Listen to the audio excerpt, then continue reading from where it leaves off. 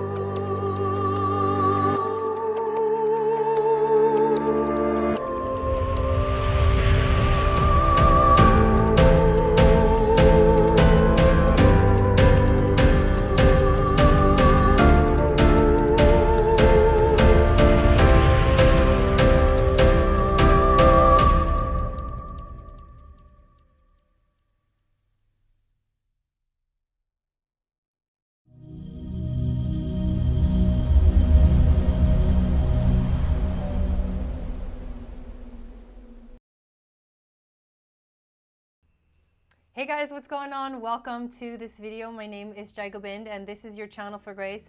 Thank you guys that are here live, watching this video live, and thank you guys that are watching the replay.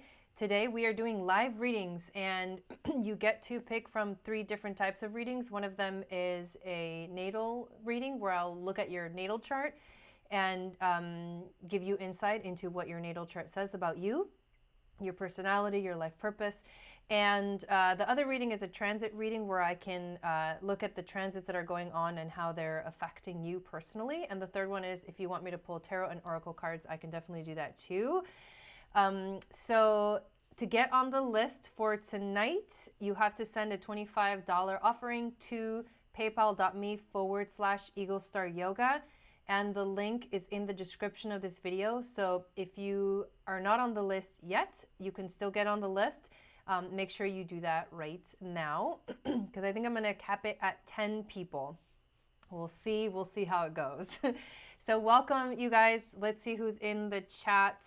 Melanie, welcome in. Karen, or is it Karen or Karen? Welcome in. Hello, Angela. Hello, Eric. Hey, Alexa. Hey, Michelle. Hey, Wendy, Bernadette, Deidre, John, Willie. Thanks for coming in and thanks for hanging out with me, you guys. I'm excited about these readings, and let's see what we come up with. So far I've actually got, let's see, 1, 2, 3, 4. I've got 5 people on the list right now, and Julene just got on the list. So let's add her there. So these readings are going to take a little bit longer than I think. I mean, I don't know what Deidre wants, but I think everyone else wants astrology. Okay. So we're actually, well, before we actually officially get started, let us talk a little bit about the exciting things that are happening on this channel as more people come in. Please share this video out to you guys. If you have a Facebook group you belong to that you want to share it, or if you want to share it on your own Facebook or social media, Instagram, that is really, really appreciated. And also, if you're new to my channel, please subscribe and also hit the notification bell so you get notified of when I go live and when I upload videos. If you haven't yet signed up for my Wendy, if you haven't yet signed up for my newsletter, please do. There's a link in below to sign up. When you sign up, you actually get my free moon astrology guide, which gives you insight into what what your moon sign means based off of your psychic intuitive abilities. So when you were born, the moon was at a specific sign, and that's what we look for in that reading, in that guide. That's what's presented there. So you can look at your sign, and then you can look at all your friends' sign and just have fun with it. But the newsletter, what's really cool about my newsletter is I've been sending a weekly moon magic report, giving you the information all about what the moon is doing, what sign it's in, what phase it's in, what it's doing with the other planets, aspects it's making to the other planets. And that gives us a better picture of emotionally how we're going to be affected during the week, because the moon really does represent our emotions. And I have like an entire training called the Moon Goddess Training, where I talk in detail about how the moon affects us, especially as women. And that leads me to my last announcement I want to make, that I have my online course called Woman and the Moon available for purchase on my website for $108. And you get a lot. There's a lot of videos. It might be like maybe 20 videos, or let's see. I don't know exactly how many videos, but there's plenty in there. And I talk about the actual moon phases, what they mean. I talk about the moon centers and how we flow from these different energies every month, and there's 11 of them. And so they really align with the actual cycles and the shifts that the moon makes also from one sign to another. Because the moon is in a sign for like 2.5 days, and the moon center lasts for 2.5 days. So that's a very interesting connection there. So that's the other thing. And then I give you a meditation for emotional balance, which is so important for us as women in our just daily lives. We deal with a lot. We do a lot. And to understand ourselves better is so empowering. And that is what I like to provide with my courses. So hello, welcome in. Thank you guys for being here. Hey Valerie, how's it going? Tamika and Rahul, welcome in. Do we have any moderators in here? No moderators. I wonder if I could make somebody a moderator. Okay, anyway, so if there's no moderators in here, then I'll have to watch the chat as well. Okay, so I apologize if there's any stuff that happens in the chat that's inappropriate. Okay, Wendy, I need to make you a moderator. So first on the list is Alexa. So the way that we're going to do this, and Alexa wants a transit reading based off of career and future in your career. So what I'm going to do is actually pull up your chart. This is going to take me a minute. And reprogram. I wonder if I have you saved in here. Let's see. Should have you saved in here. Yeah, I'm like, I need to like just like chill, because I'm actually like really excited for these readings, and I've already started to feel like messages are wanting to like come through, and I'm just like so I need to just like take a chill pill and just like slow down. Okay, so I'm just gonna like slow down, just so you guys know. Yeah, but I can't do it while we're live, so you'll have to wait. Hey Anne, welcome in. You have to wait till next time. We can ignore crap too. Okay, so I don't have you saved in here, so what I'm gonna do is pull up your chart once again, which means I need your information, but I'm just gonna pull up my email because I know you sent it to me on an email. Let's see, there it is. Okay, we've got May 15th.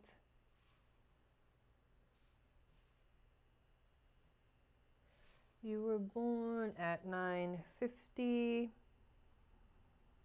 a.m.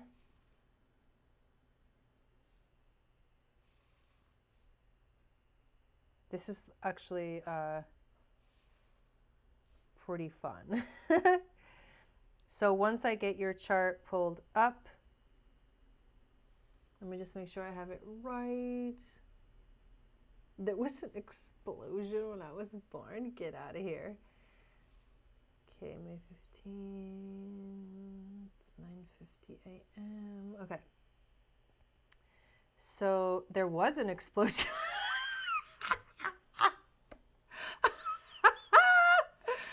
Oh my God. Okay, so what I'm going to do is actually add the chart for the current transits going on right now and take a image of it. I'm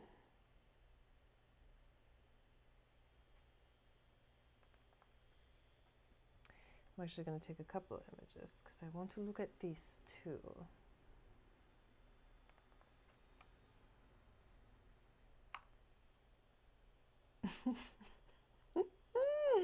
Okay, so what we want to do is share the screen.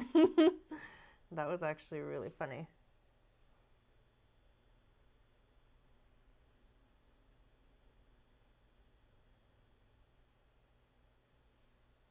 I wish I could play like music. This is quite the process, you guys. Okay, so the other thing I have to do is actually switch screens on my OBS. So give me a second. It's gonna be, this is gonna be like this for every single reading, you guys. Okay, here we have that. Let me move this since it's like that. I really love Astro Gold, you guys. Okay, so I'm transitioning to... thank you, Alexa. That's really sweet. Yeah, thanks. You're excited to hear about Alexa's career. Okay, so we're gonna mark this up. All right, so what you guys are looking at right now is actually Alexa's chart. Oh, and let me actually look at your question once again. Okay, so career opportunities seem to be blocked, mainly because of where you have moved to, so location. Okay, so I really only have time to do one of the three types. I'm sure you completely understand. Maybe I'll pull a little oracle card and send it to you later secretly. Okay, but good to have your question. There it is.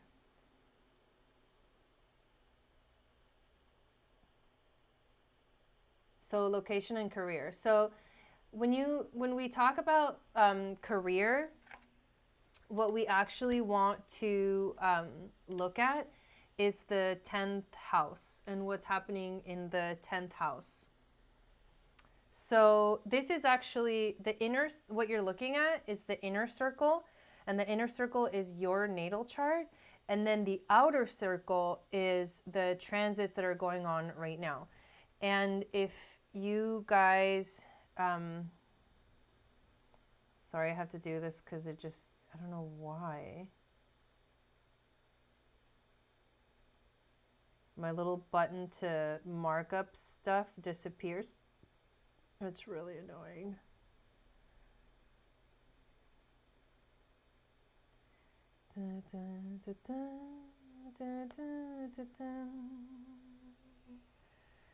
Why does it not appear? Yes, I need to mark up this chart.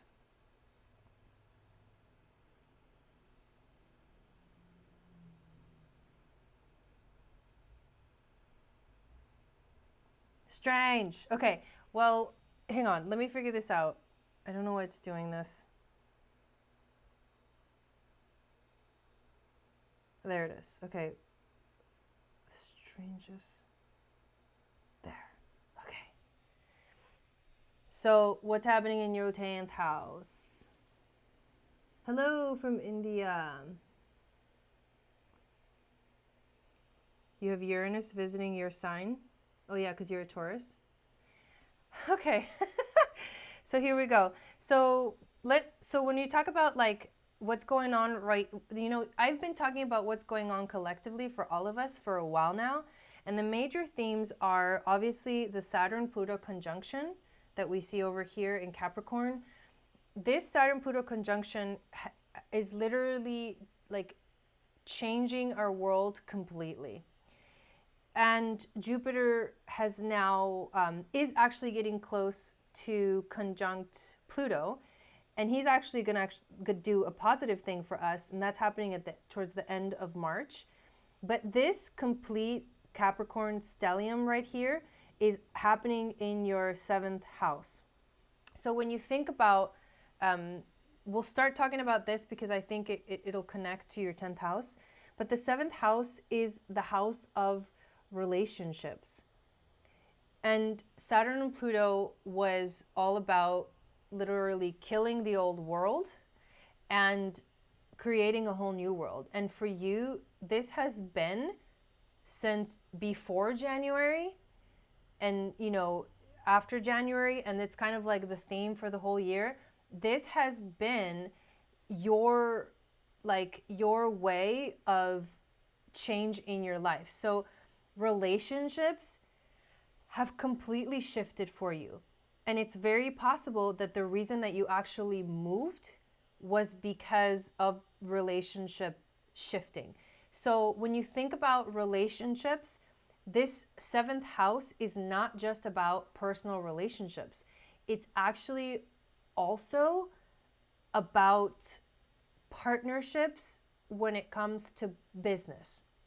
So this is significant to look at if you're wanting to know about your career, because if all of this energy is like plaguing your 7th house, you really won't be able to begin some kind of business partnership or, you know, business relationship unless it actually aligns with more, you know, purpose for you. And I know that you know that, but there's this like a very clear example of these major transits changing this entire realm for you. So that's the first thing that I noticed right off the bat. That's like major right there. All of those transits happening. And that's, you know, the South Node, that's Mars, which is our drive. That's Jupiter, which is expansion. And in Capricorn, Jupiter does want to build and take it step by step, but focus on the goals. And then it's Saturn and Pluto. So right now, what you're actually working on the most is on creating new relationships in your life. So there is opportunity there for a new relationship. And this, you know, these planets, they're gonna be in Capricorn, like the South Node is gonna be in Capricorn until the nodes switch, and that's only 5 degrees away, but it's like a couple of months. And then Mars travels much quicker, but Jupiter and Pluto are gonna like stay there. And Jupiter and Pluto are going to be conjuncting April 4th, in June, and then also in November. And those 3 times that they conjunct, those are gonna be like willpower and strength and determination to expand.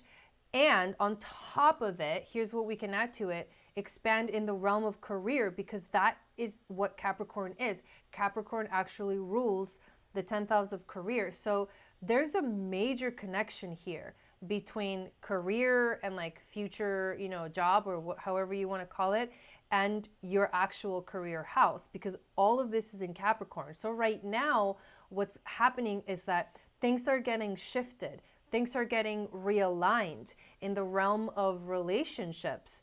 And soon, after, you know, I think these Jupiter, Pluto are going to be the moments where you might feel that more of that determination to move forward with it. So I would say, you know, somewhere around, you know, the beginning of April, and then that'll get kind of like re-inspired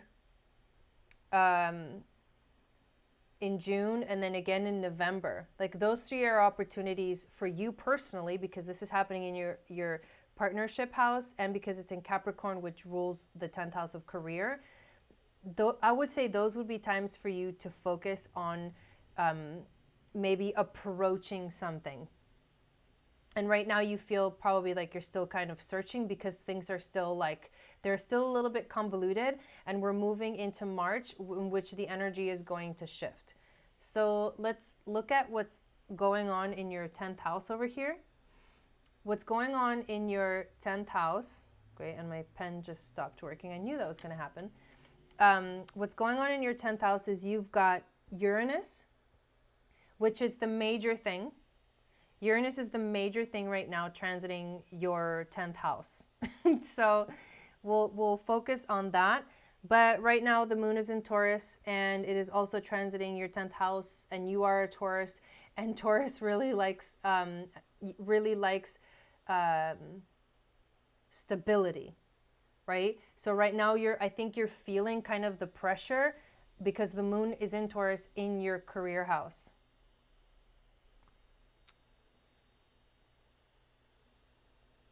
You feel like a few blocks. Well, yeah, because it's not done shifting. Things are still changing. And I would hate to say you might have to wait a little bit longer, but it kind of feels like maybe right now might not be the best time. But at the same time, I feel like there's a lot of potential here. I see a lot of potential, but it's not. So the career that you actually end up in is not going to be what you thought it was.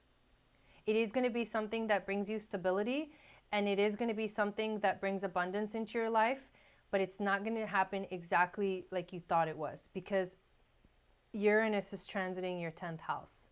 And Uranus is future oriented, it's innovative, it wants to do things differently, it wants to be unique, it wants to be independent, it wants to work by itself. Like, if you, like, for me, Uranus in the 10th house signifies that you have to kind of work alone.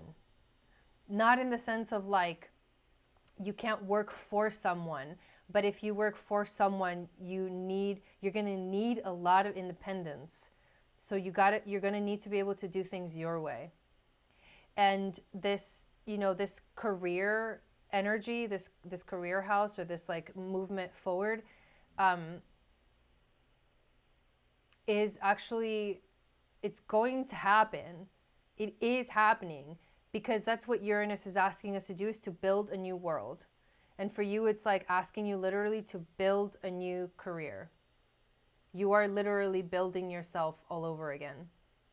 Here's something else that's really interesting. You have right now, literally right now, Uranus is, let me delete a couple of things. So Uranus is, he's right here, right at 3 degrees, but Mercury is here at 3 degrees as well. And so what that means is right now, Uranus is exactly conjuncting Mercury. And so this is communication. Like, this is a different way to communicate. So right now the universe is asking you to, like, I would say, like, go out there and like look and keep looking, and it's going to be something in the realm of communication, like communication industry, or and it's going to be a different way of communicating. That's what I'm feeling with this transit, because they're exactly conjunct at 3 degrees, both of them. And Mercury in Taurus, I also have Mercury in Taurus. It's a very methodical and slow way of thinking, but it serves really well because it's not like an out of control. Like Mercury in Gemini would be a little bit more spastic, but Mercury in Taurus like slows Mercury down, and it makes it think more clearly. And so that's actually one of your strengths in the 10th house. Whatever career you're in, it has to be about some form of communication business, but it's it's different than you expected. And I think that there's a surprise element to Uranus too. And I think that definitely I feel like it's coming, but I don't feel like it's I like the soup. Here's I just literally saw like a pot of soup like cooking. It's not done cooking yet. And I think you're feeling a little bit of anxiety because you're feeling kind of left out, like, in the cold. but it's brewing. That's the word I wanted to use. It's definitely brewing, and it's definitely like helping you. Your Mercury will help you figure it out. Like your mind will definitely help you figure it out. Does that help you out? Is there anything else that like I'm really focusing. I'm not really looking at the chat. And so I just want to know if like that gives you a little bit of more guidance. So I gave you those 3 moments, which was April 4th, in June, and then also November. So I feel like this whole year is going to be massive for you. But I feel like there's still a little bit of wait time, because also Taurus, right? When you think about Taurus energy, it really does actually take its time. It needs to take its time. So you have to like allow it to happen in its own time. So whatever you can do, you have to look, right? You have to look and you have to search. And here's another important thing. So Venus right here is also right now, Venus travels pretty fast. So it's not like one of those planets that you really want to look at for like long term. But Venus right now is in Aries, and she is... in Aries, she is very outgoing when it comes to relationships. She's very outgoing. So I would say that it's almost like there is an energy here of like going for it, looking for what you want. So I would say definitely be on the search. It's more of like an outgoing energy that wants to go get it, go like a go-getter, wants to take action. That's Aries. And it has to do with a relationship. So maybe it, and it's in your career house. So maybe you're going to meet someone that's very impulsive, or maybe you have some of that like impulsive energy going on, and you're wanting to move forward. So I would say just take advantage of that energy, but also know that Venus is not going to be in Aries for that long. So it's almost like a small window. She's just got a few more degrees to go. So, okay, thank you. Yes, want action, patience. Yes. Okay, awesome. So I'm glad that helped you out. So what we are going to do next is, I'm just going to leave it on the screen actually. That's a lot easier for me. So I took my son to the park, and when we got home, we found his goldfish dead, which is a tough situation for any parent. How do you explain autoerotic asphyxiation to a 4-year-old? I actually don't know, but I actually have to do these readings. So next is Deidre. I don't really have time to answer that question right now. Yes, totally, Alexa, for sure. So Deidre is next. So what did you want? What kind of reading did you want, Deidre? Did you want me to do an astrology reading or an oracle reading? Or a transit reading. So what I just did, you guys, was a transit reading. Okay, so you know the difference between the 3. So natal reading, I'm going to call it astrology reading. I'm just going to look at your chart. I'm not going to look at anything that's going on. But if you want me to do a transit reading, then I will look at the outer planets, like the outer wheel and what's going on. Okay, so we're going to wait for Deidre's question, and I know someone just paid. Oh, hey, Christina Maria. I love that. So Christina Maria just got added onto the list.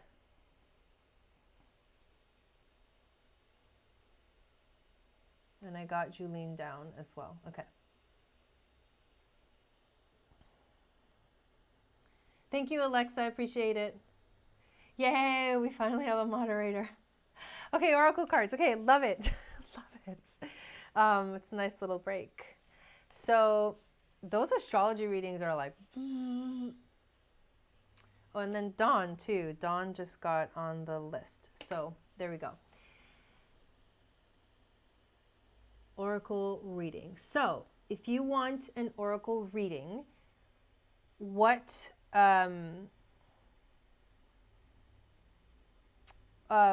question do you have?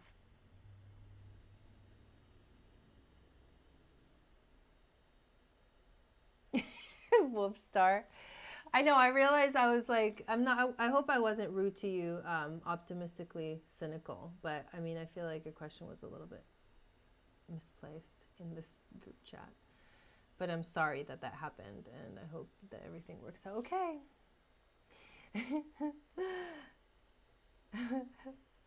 Okay, so we're going to wait for Dita Stressen. Guidance on what's going on energy-wise.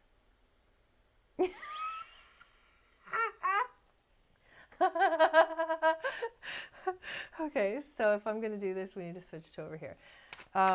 Okay, so thank you, spirit guides, angels, teachers, for being with us today. I would like to clear the space and also call you in to help us receive some powerful messages, clear messages, and divine messages for everyone that chooses the oracle readings. And also clear my energy and clear the energy of everything around me for everybody, not just the oracle readings, but I needed to do that because I felt I needed to do that. So what is going on for Deidre right now? What guidance does Deidre need in her life right now? What's going on energetically?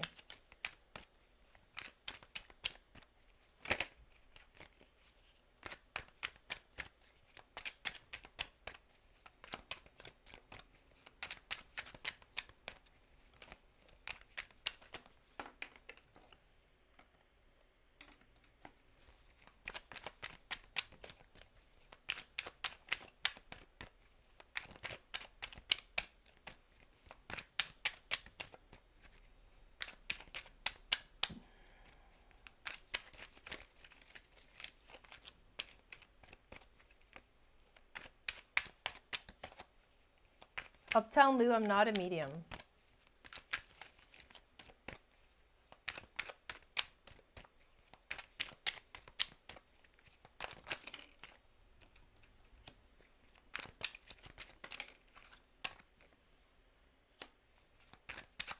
Okay, one more card. Yes, I like it when they fly out.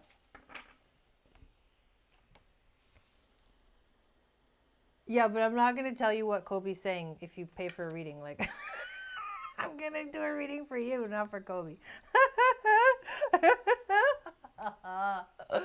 Oh my God. Okay, so, sorry. I don't know. I thought that was pretty kind of ridiculous. I need to pull some more cards before I kind of read you everything that's going on here, Deidre. All right.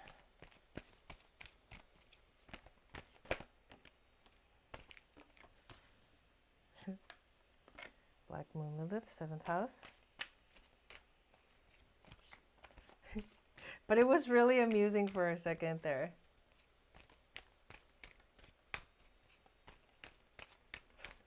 It's really actually distracting. Like, okay. Yes! I love it when they fly out. Okay, I'm just going to stop looking at the chat and I'm going to focus on Deidre's reading now. We're serious over here, man. Can't you tell we're serious? Okay.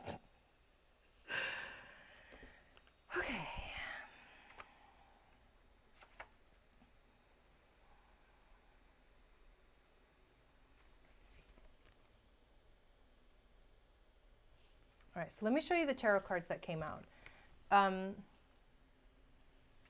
The first card you got is the Knight of Wands. Second card, the Sun. Third card, King of Wands. Third card, Akashic Records. Well, that was the fourth card. And the fifth card, the Magician. So what the hell does that mean, right? So the Knight of Wands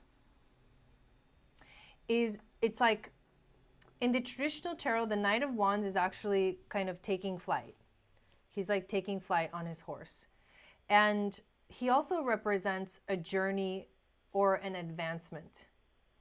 And he's also someone who is hasty yet generous. So because this card came out first, this is sort of like plants the sort of the journey that you're going on. And to me it makes sense. I know you're on a journey. I feel you're on a journey. You know you're on a journey, right? So where is this journey leading you?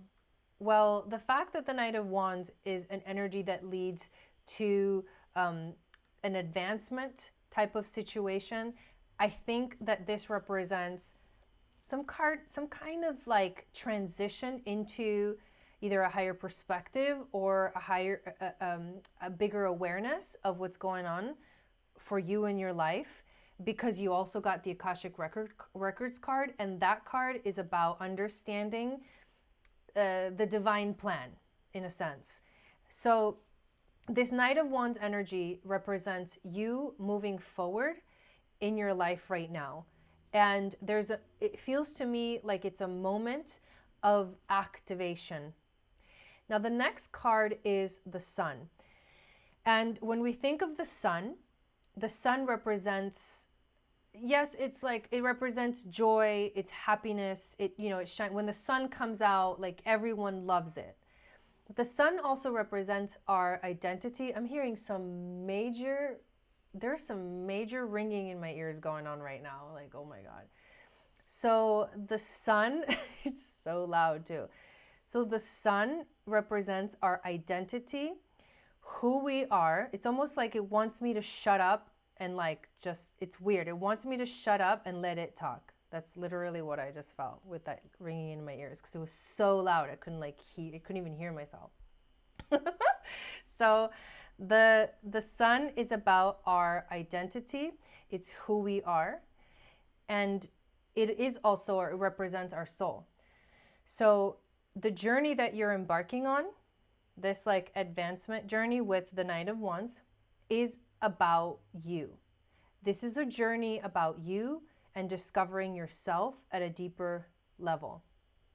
Now, sometimes we know that the universe brings us messages in the weirdest freaking ways we're not expecting.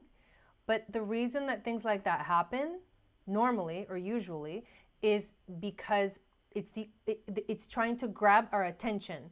And only when the universe has our attention can we really see what's happening, right? So the crazy events that happen in our lives that are just like, what just happened? Why did that just happen? It's because the universe is trying to literally grab your attention. So where does this continue to lead? It continues to lead into the King of Wands. The King of Wands.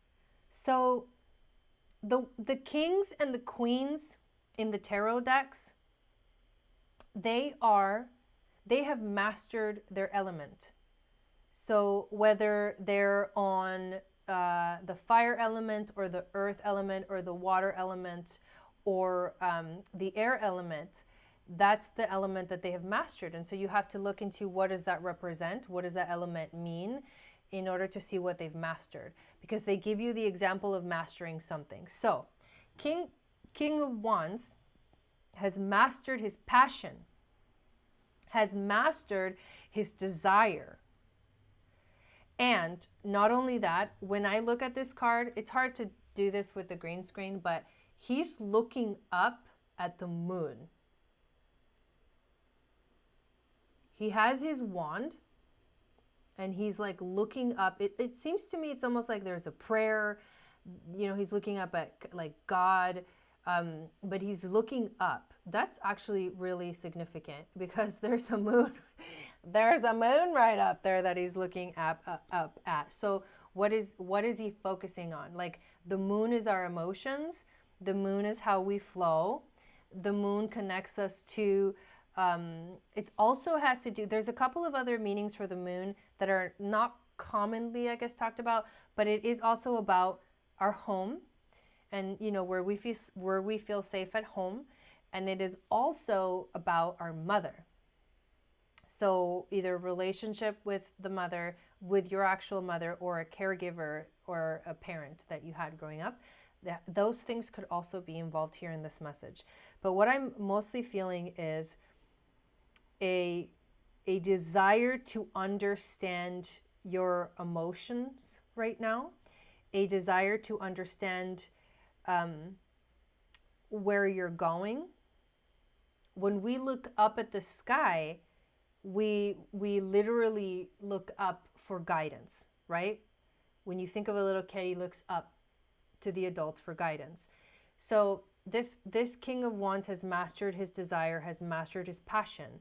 What is he looking up at? He's looking at the moon, and the next card is the Akashic record. So in a sense, he's looking up at the sky.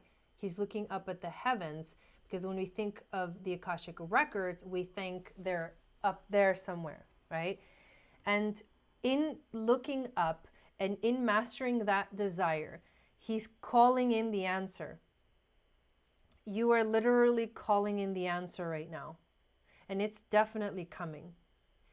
And the Akashic records contains all the knowledge of the universe. So you're literally calling in the answer.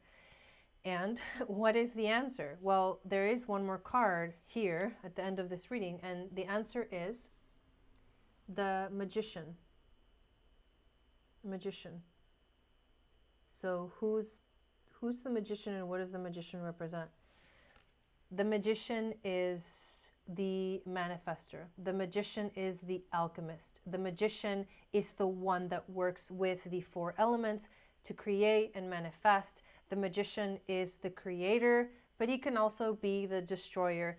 The magician is you. We are all magicians. We are creating our own reality. And so what I think this reading is trying to tell you when you look at the whole picture is the universe is wanting you to see how much of, what's going on in your life you are creating. What kind of energy are you putting into every little thing, not just the big stuff, right?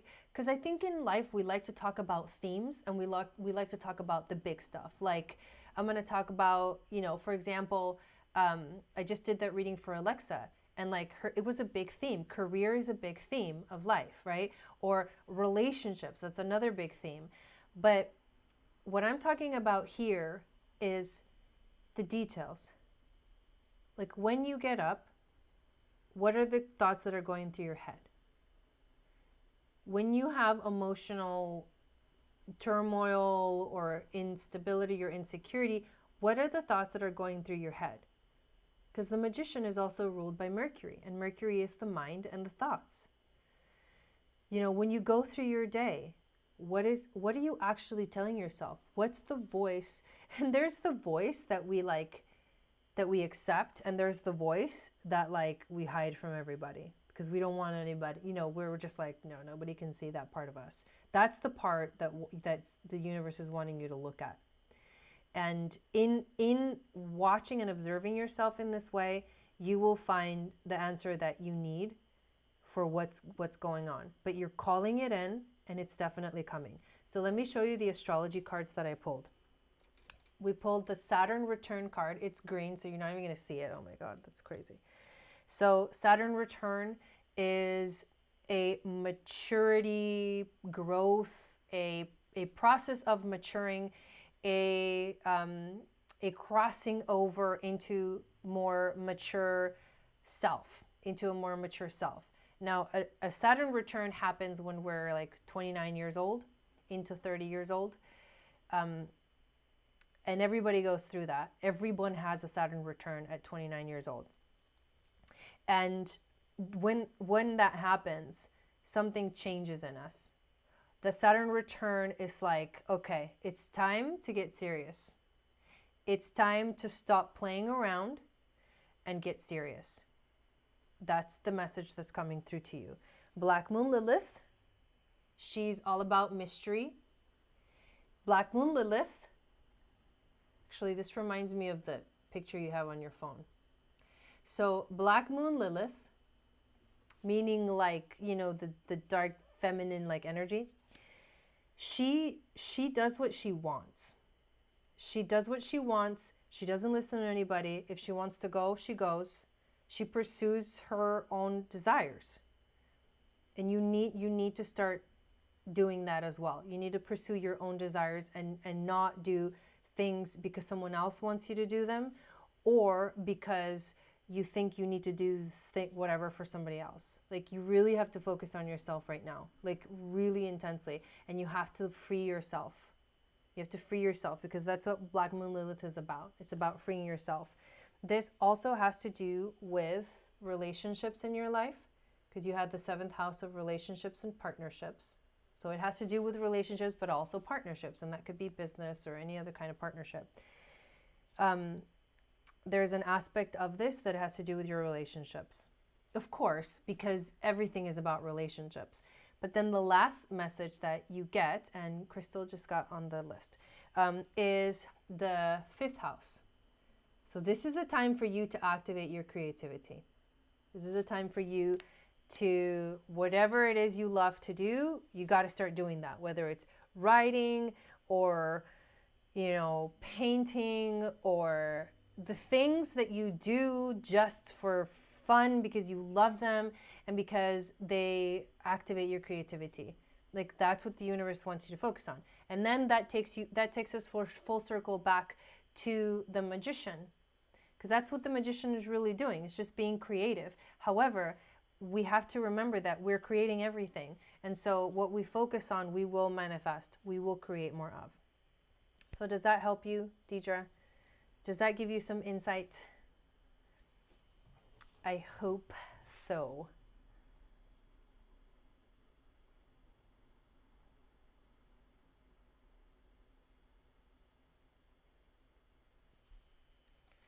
And add crystal.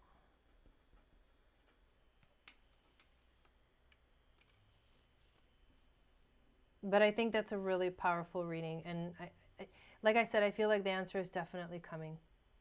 You are calling it in. Like, you have very strong powers to call in the answer. You just need to trust.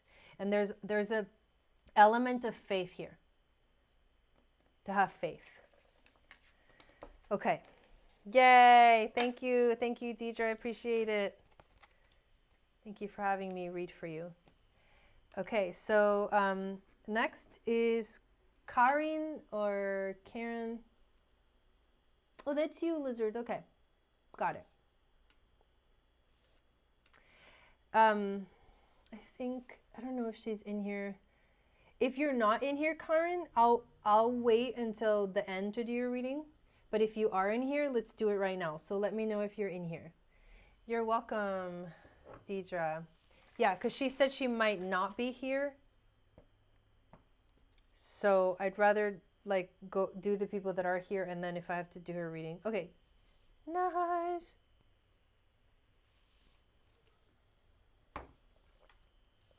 Fantastic. So I know you also sent me an email. I'm really glad you're present for this. I'm really excited.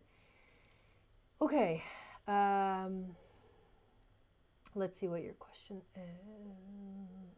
You've never had a natal reading before. You know a little bit about your chart and all of the major things like the sun, rising, moon, Venus, and Mercury. But there's this kite pattern that you see in it and you have no idea what it all means. Ooh. Well, let's find out what it means. So we are going to pull up your chart. This is so. This is cool. We've gotten one of each. We did a transit reading, then we did a tarot reading, and now we're gonna do a natal reading. So new natal chart for Karen or Karin. Which one is it? Say 1 or 2. 1 is Karen, 2 is Karin. Please, I really don't want to be saying your name wrong. Thank you, Christina Maria, so much for moderating. And sorry, you guys, I'm not really paying attention to the chat. This is literally taking all of my attention. So we have another person born in May. May 19th.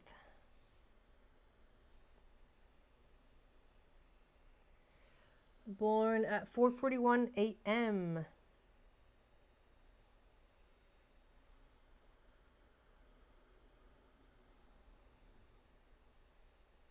I'm just like, if you, I mean, because you guys sent me your information in email, I'm just trying to keep it private, you know? Okay.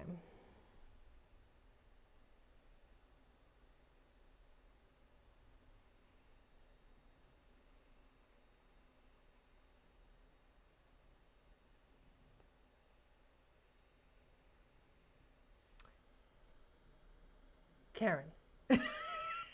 Bull gang, what? What?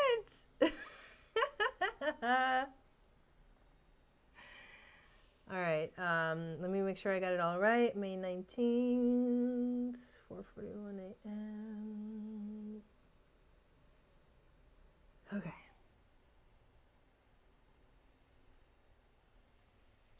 Ooh, this looks like an explosion just like Alexa's. Okay, so I took the picture, so now let's go in there, and because I can only do the little pen thing if I... Okay, so now I'm done with my email, so I'm gonna get rid of that. Taurus is in the house. I don't know that, hang on, I didn't quite look at it, but it just looks like an explosion.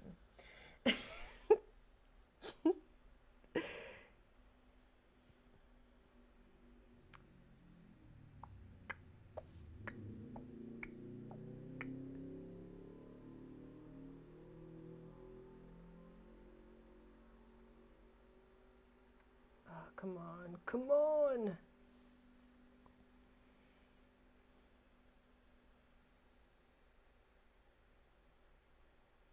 Oh my God, this part is so like, how do I,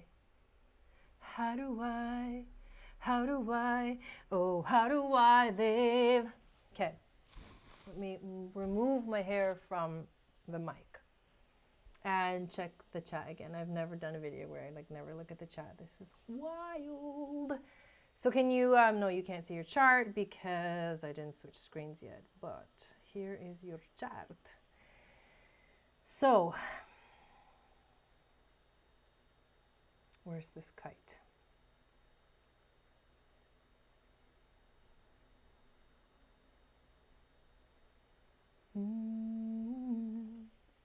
Without you, there be no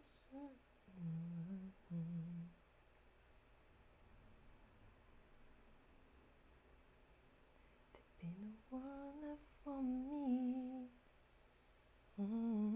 Yeah, it is Alexa. Okay, I can't.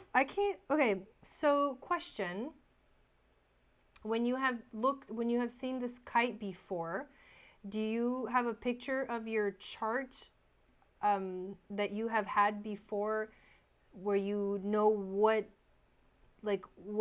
planets are part of the kite? Because I'm wondering if I'm missing a certain what's WI? All the lines crossing and squares and triangles. Why are you saying WI? Did I get the city wrong? It's okay if I got the city wrong, but it looks like I think I got it right.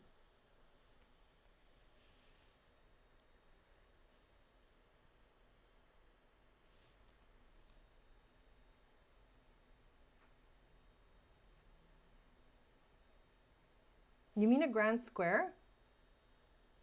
Because when I look at those houses, what I'm looking at is a grand square. Let me show you what I mean. Yeah, so I got it right. Okay, so is this what you're talking about?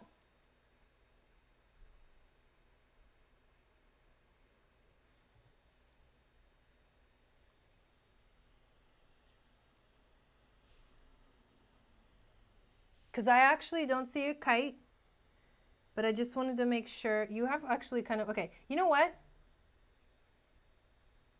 I am just going to tell you what I see. Okay? It's okay. It's okay. Let's focus on the trines first. So you have, here we go. Here's a trine. Here's another trine. Here's another trine. So what's this? This is your midheaven, and this is career focused. What's over here on this point of the grand trine? It is Uranus conjunct Pluto in your 6th house. Damn. Then, at this point of the grand trine, we've got Venus in Taurus in your 1st house. You are a Taurus rising too. So this is, first of all, this is an Earth grand trine. And Earth grand trines they make things, they bring abundance into your life. They're sort of like a material abundance that comes with grand trines. And when you think of a grand trine, it is just a very harmonious configuration that activates like a blessing.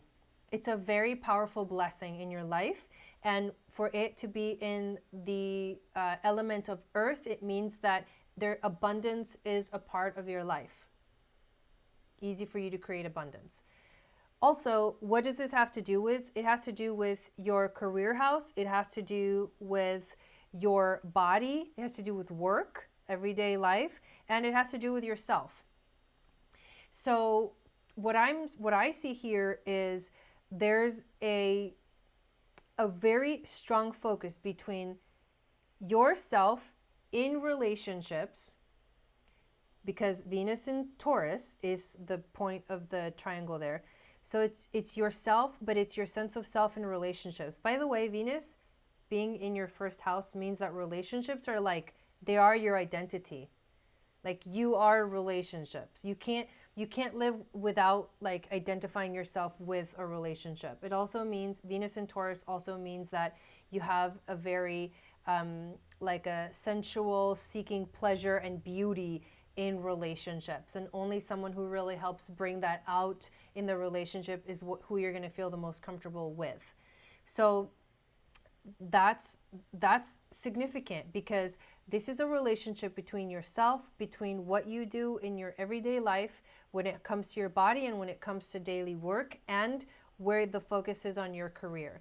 So this is a positive aspect, and I feel like you are definitely someone who cannot have a regular job because of Uranus and Pluto conjunction.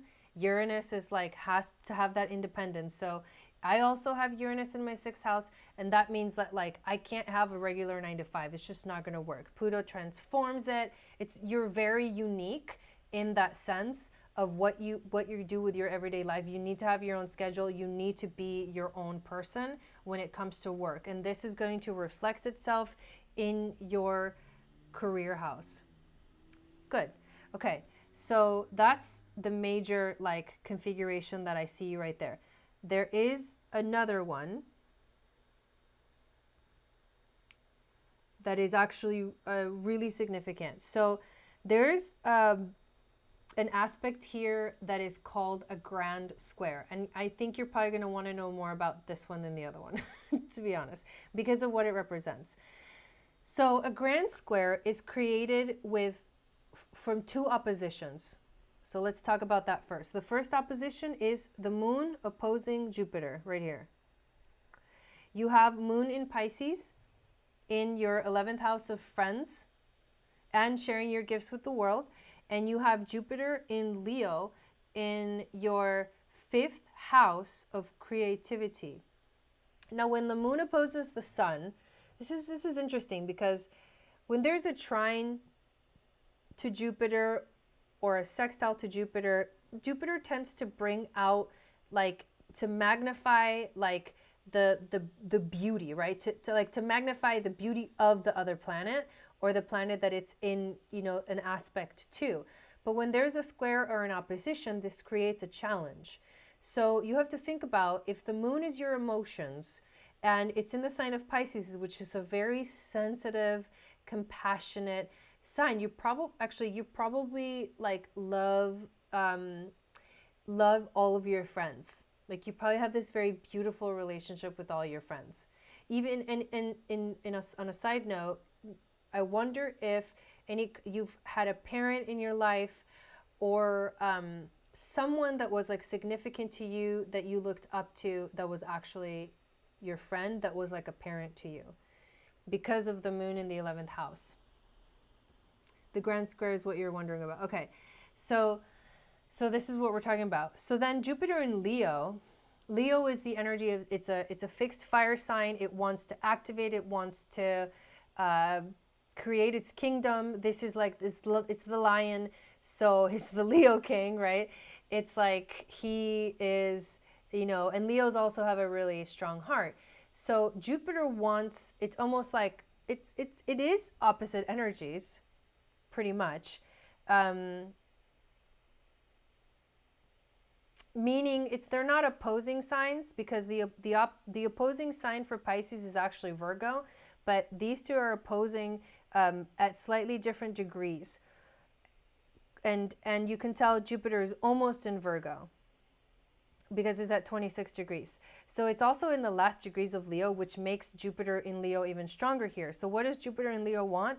It wants you to do what you want to do.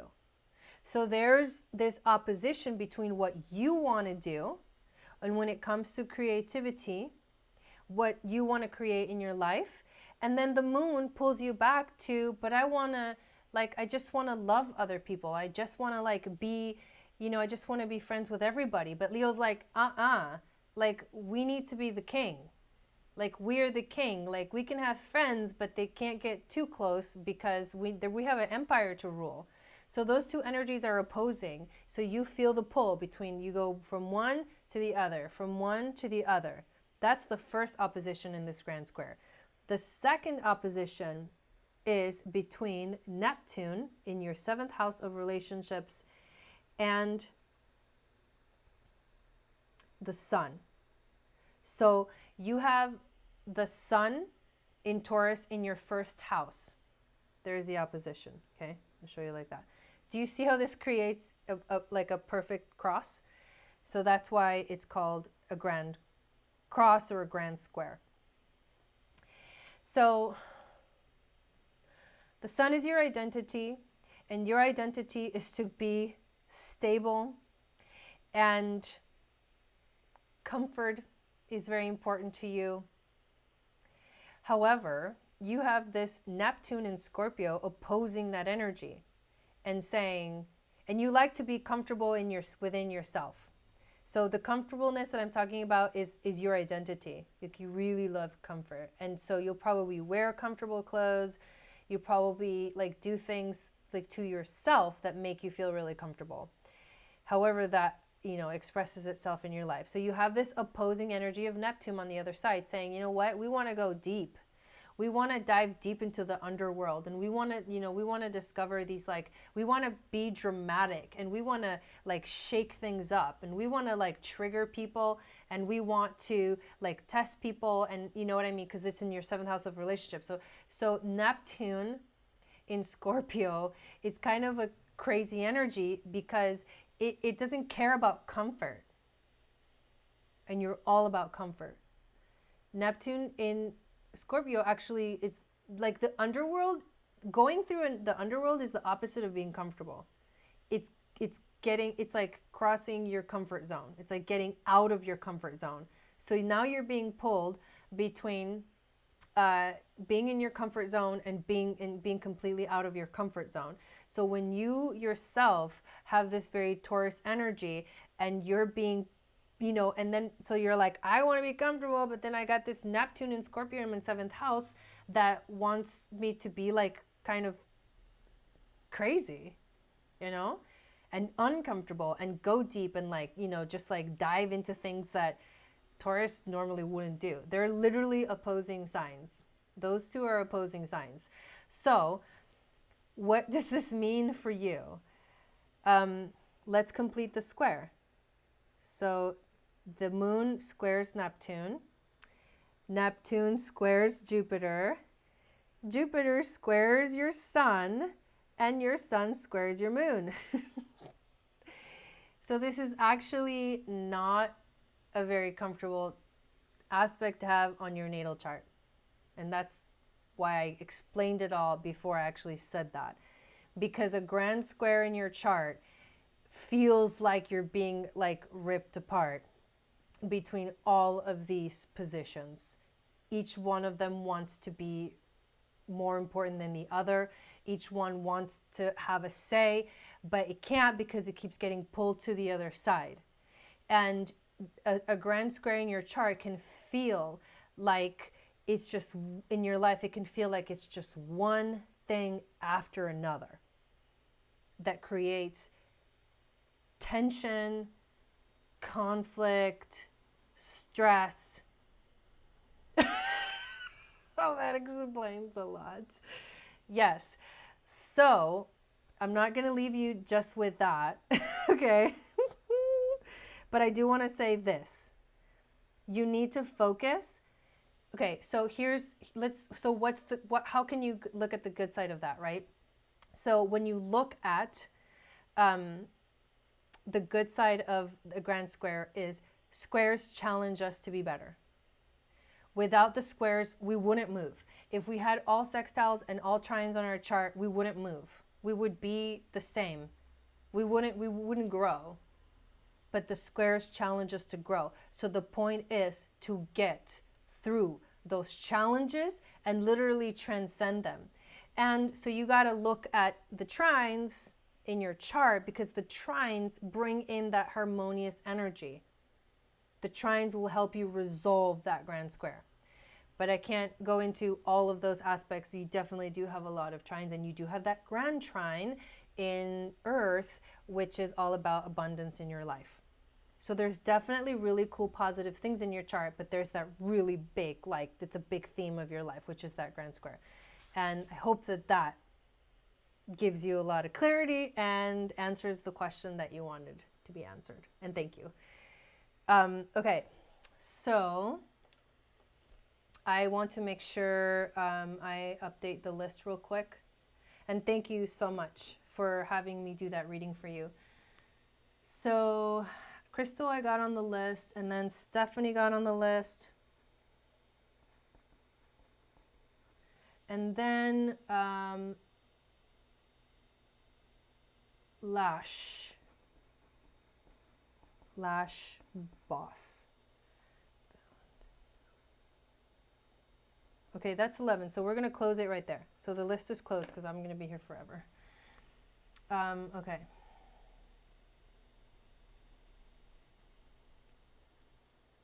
Thank you, guys. Perfect. Awesome. I love that. So next on the list is Elizabeth. Did you write something on PayPal? I wonder if you did. Let me go back and see. Elizabeth.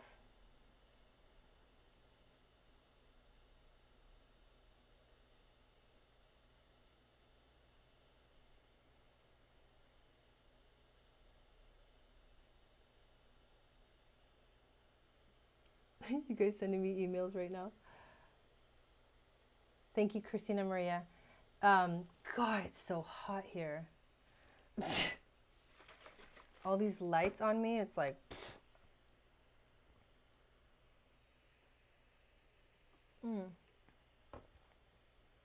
Is Michelle the name? No, it must have been...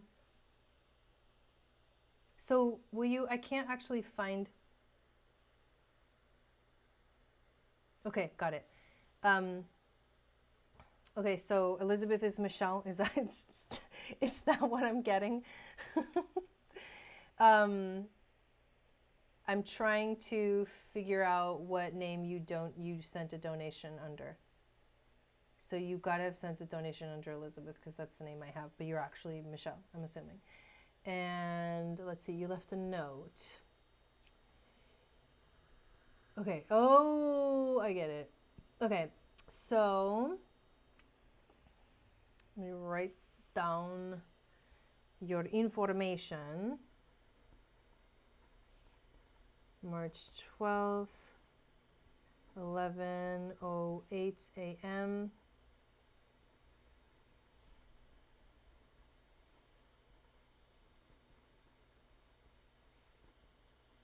Okay, you would love a natal transit reading with focus on future and wisdom from spirit. I love it. I love that. Okay, okay.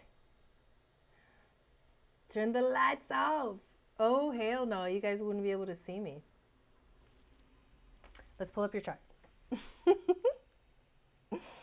Okay.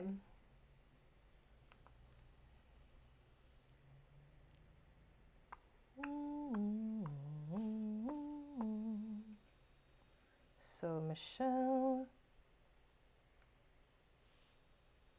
March 12th, time 11:08 a.m. Fort Gordon.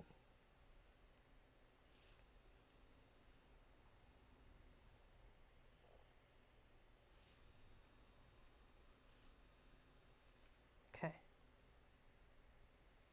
All right, so let me take the picture and then go back to the images. And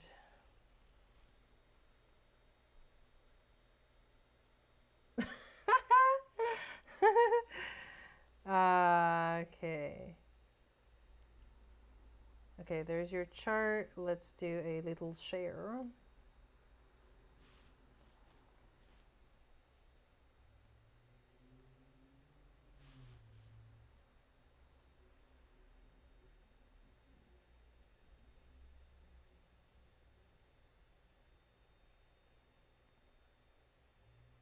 Okay, here's your chart, my lady. Let's change screen so you can actually see it. So can you remind me, I know I just read your question, but can you please remind me what exactly you want to know about your chart while I'm looking at it?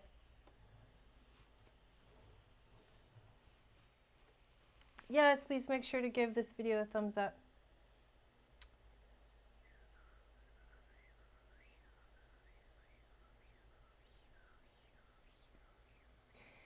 Do you know your main sign? So I'll just start with that while you're putting in there exactly what you want to know. Your sun in Pisces, moon in Sagittarius, your Gemini rising, and Venus in Aquarius. I'm sorry, I was not laughing at you.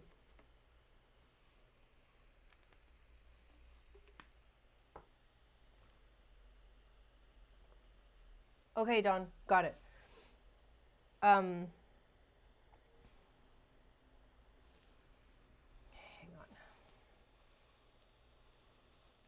Okay, sorry, got it. Okay, so I just went back. So future and wisdom from spirit. Future and wisdom from spirit.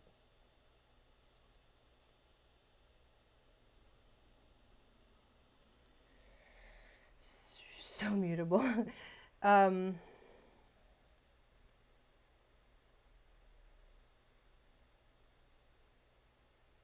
Well, let's start by looking at your nodes. You've got North Node in Taurus, South Node in Scorpio. North Node Taurus. So in this lifetime, your destiny, your purpose is to focus on finding the beauty in life, on grounding, on manifesting things, on bringing form to the, to the reality of life. And your South Node is in Scorpio, which is about, in a past life, or in this lifetime, when you were younger, what you focused on was, you know, the drama of life, going deep, figuring yourself out. But that's what you need to move away from. So South Node Scorpio is a traumatic and dramatic past life or past, you know, earlier in this life. And your job is to move away from that. Your job is to leave that behind and move more towards comfort, what's comfortable, what's beautiful, what makes you feel good. Now, the other significant thing that you may not know about your nodes is, you do know what houses they're in, but so the North Node in the 12th house and the South Node in the 6th house. Now, this is significant because the 12th house is ruled by Pisces. So this means that your North Node has a flavor of Pisces and your South Node has a flavor of Virgo. That specific alignment is significant because there is a relationship dynamic between the 6th house and the 12th house in the chart in general. And that is because when you get to the 6th house, you literally get to the halfway point of the chart. This entire bottom area is all about you, like me, myself, and I, and how I relate to the world. And this entire upper part of the wheel, this is about how I relate with other people and how I express myself, but like out in the world. So the bottom is about yourself and your relationship, personal relationship with the world. But then when you get to the 7th house, it's the second half of the sphere. And then here's the relationship. The 6th house is the last house before we transition into the next realm. And the 12th house is the last house before we finish the freaking wheel. We complete the circle. So people that have, especially North Node, especially the nodes with any kind of flavor of Pisces and Virgo, what their job is to do is you are here to stop focusing on the details, to stop being critical of yourself and of others, because those are things that you need to release. Virgo wants to transcend the physical and literally move towards perfection. Because when you think of Virgo, all it wants is perfection. It just wants things to be right. And it reaches for a perfection that sometimes it falls into perfectionism. You need to move away from that. If there's any aspect in your life that you are feeling like a perfectionist at, you need to let that go, because that energy needs to be transcended into reaching for perfection, but when it comes to the divine, which is the 12th house in Pisces ruled by Neptune. The divine energy, that is like the Akashic records, right? That holds the knowledge of the entire universe.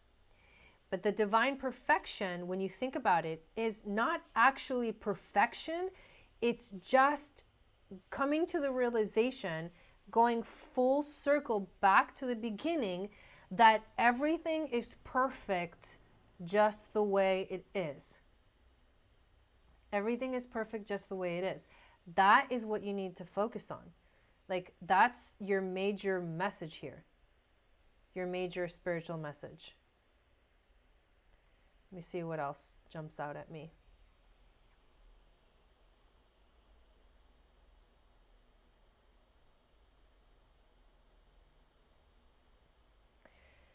You also have Uranus conjunct Pluto in your 4th house of the home. So when you said that your childhood was the worst, that's an understatement.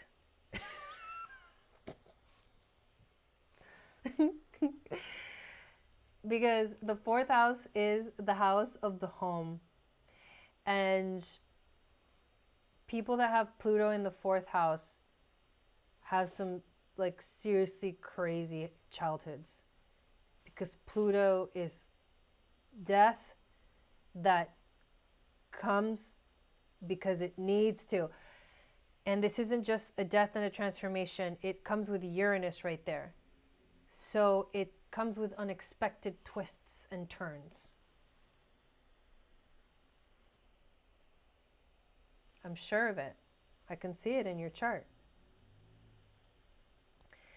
So unexpected twists and turns that you've had to deal with that have literally opposed your entire identity with your sun in the 10th house. Yeah, 5th house as well, John. With your entire identity. And it's funny because you have Saturn conjunct your sun, which makes you a very serious person. It makes you like you want to do things right. Most people probably look up to you, and probably when you were little, they looked up to you because you like exuded this authority energy that people felt like they could trust you. Because Saturn is like, you know, like the father figure. Like we trust our fathers because they seem to have their shit together, right? Turns out they don't. I'm just kidding. But you know what I mean? That's an intense like push and pull energy right there, that opposition. A very strong push and pull. Coming from that kind of energy in your 4th house and trying to like transcend that and come out into the world as, you know, like in some kind of career way, that has been like probably the biggest challenge in your life. But you also got to look at Chiron, because Chiron teaches you how to heal, and he's also conjunct your sun. Chiron is the wounded healer. In Pisces, that's a powerful placement. I actually want to read to you from the book about Chiron and Pisces. Just a little bit. This is not going to take long. Because again, when we get to Pisces, we have to remember this is a completion period. This is where the energy like culminates. So Chiron in Pisces is significant. So Chiron in Pisces is a crisis over connecting with the God force energy, the universal oneness. When you have this aspect, you are like you're hearing the siren call from across the sea. You're seeing it. You're hearing, another way to put it is you're hearing the flute of Kokopelli, right? You hear different music than most of us. And this is connected to your identity. And it's also connected to your career. So I would definitely focus on, I mean, what do you do for a living? Just out of curiosity. Because that is a powerful gift right there. And that is what really you need to be focusing on. Healing your sense of self, knowing that you are deeply connected to God, whatever you want to call it, and that you're serious about that. And if you continue, if you focus on that, what's going to happen is you will manifest something in your career life that has no choice but to be connected to that God energy.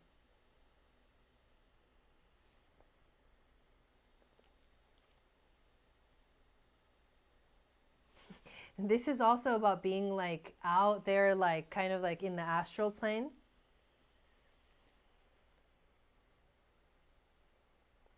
So I think, so what's going to serve you best in your life, no matter what really you're doing, what it actually looks like doesn't necessarily say that it's good or bad, but it's actually the way you do it and how you approach it.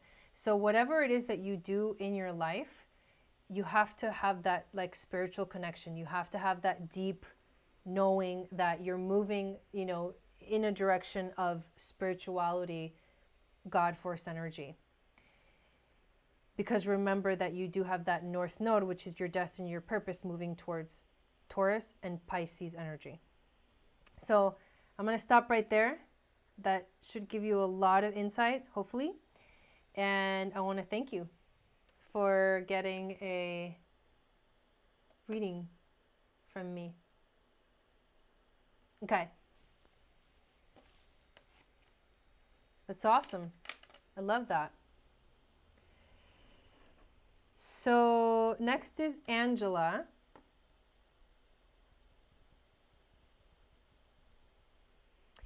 And I read your question, Angela, and what you're wanting to know. The only thing I wanted to tell you is that if you're wanting to know about someone else, I actually have to have their information as well. So do you have your person's information? It might be better with tarot. That's what I was going to say. If you want more of like that type of intuitive guidance, I would recommend tarot. But I'll let you decide while I have a drink. Have a drink.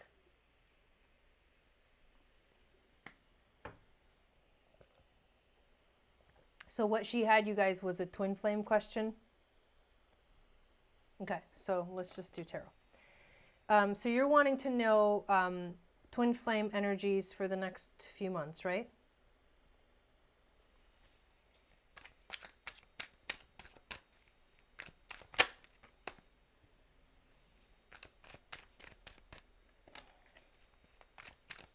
So can Angela have an update on her divine counterpart?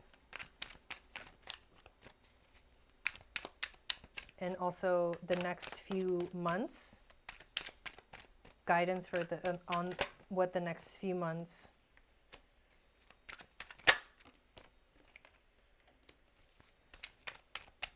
is going to bring for her. This is nice to have a break to do these three. Isn't this fun? Are you guys having fun? I should ask you guys that.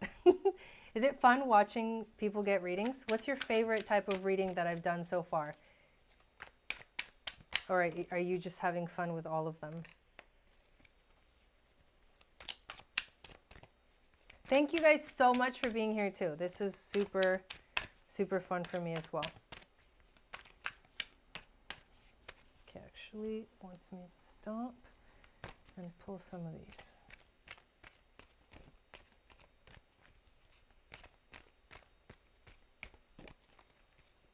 I'm glad I'm wearing my glasses. These are like blue light protection glasses.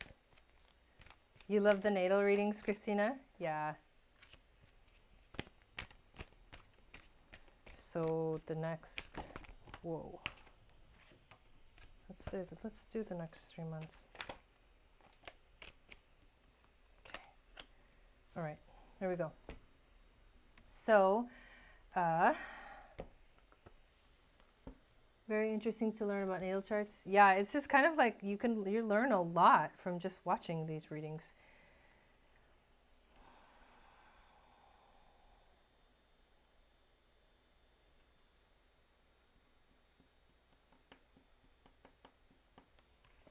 Okay, let me just verify a couple of things.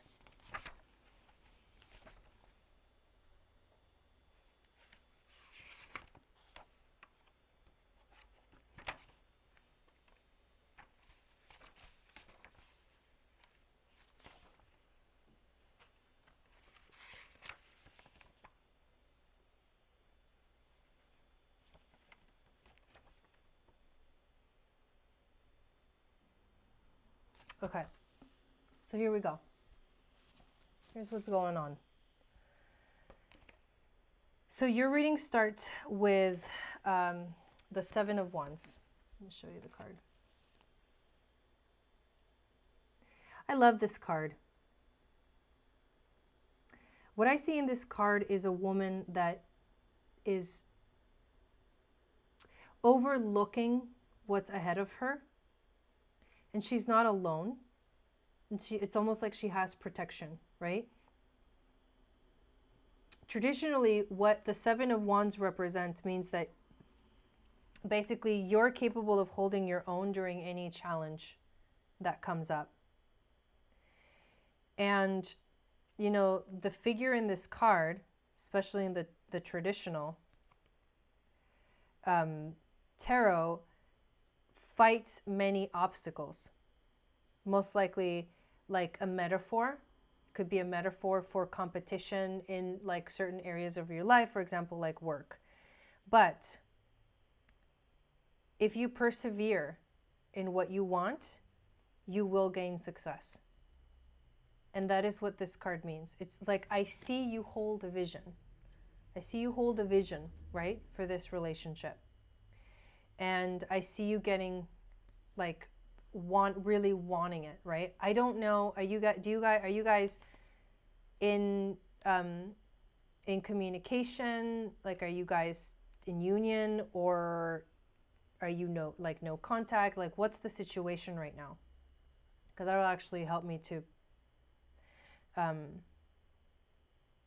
understand even more. But I see you looking towards the horizon at what you want and like really focusing on it.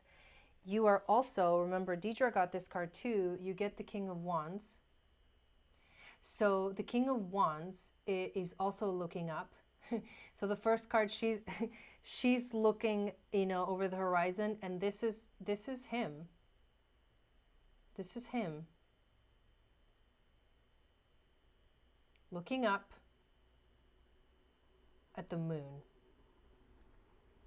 And what is the moon? The moon is the sacred divine feminine. Like, the moon is you.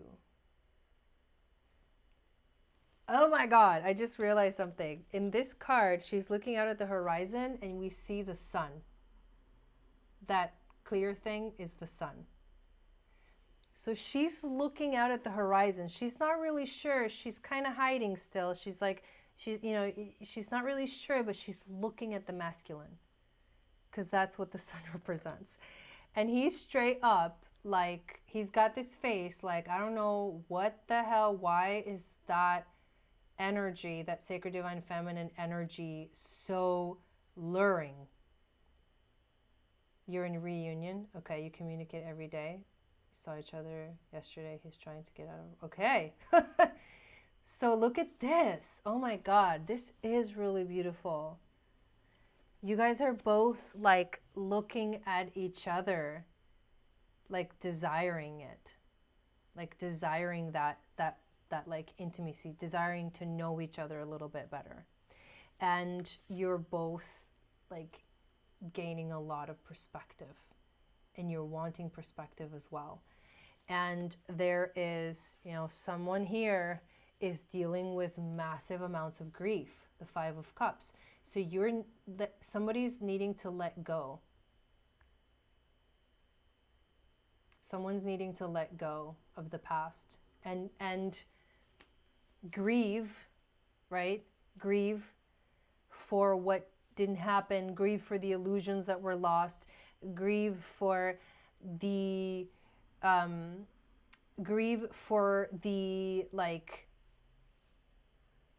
the perspectives or the expectations that didn't happen. But only until that grief is processed can you really like step into full union, meaning the Lover's card. Look at that. The freaking Lover's card. I really love this reading.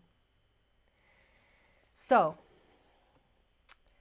I pulled 3 astrology, Black Moon astrology cards to tell us about the next 3 months. That sounds like him. So to tell us about the next 3 months, but this is what you need to work on right now, okay? This is what you need to work on. You need to work on having strength through the tough times, because you're prepared, and both you're prepared and also healthy, and both of these traits lead to victory. So this is a beautiful plan of really finding like true love and connection. You guys are both definitely like looking at each other like, I see you, I desire you, I have questions about you, I want to get to know you, I want to understand you, I want to gain that perspective on life. But I think that if he's the one dealing with that grief, that process is going to have to happen before you guys can fully like be together. but it will lead to victory. So March is all about you focusing on yourself, 6th house, your body, your routine, your daily life. You have to just, do this for yourself. Focus on yourself. But mostly, more than just yourself, you have to focus on your daily life. It's like this is more than just, it's self-care. For the next month, self-care is the most important. And both of you really need to do this. Both of you need to do this. You get, the next month, April, the 1st house of the body. So this is like, again, then it's like reiterated. Focus on taking care of yourselves right now. Because self-care, so when you're in grief, when you're dealing with grief, all you can really do is like take care of yourself and be compassionate and like take it easy on yourself and let yourself just like go with that, with that flow. But on the third month, so April, May is going to be an energy of freedom, because Black Moon Lilith represents freedom. It's going to be an energy of freedom, but this is the sacred divine feminine, like stepping into her power. So because you represent that is the energy that you have to like really harness. When you get to May, your focus needs to be on like stepping into your power. And that is what will help the relationship, because stepping into your power and doing what you want, not like trampling over people or anything like that, but knowing your boundaries and knowing what is okay for you and what is not okay for you. That is what you really need to focus on. So I hope that gave you some guidance into this question that you had. And we're going to move on to the next. Thank you everybody for your patience. I hope you guys are having fun.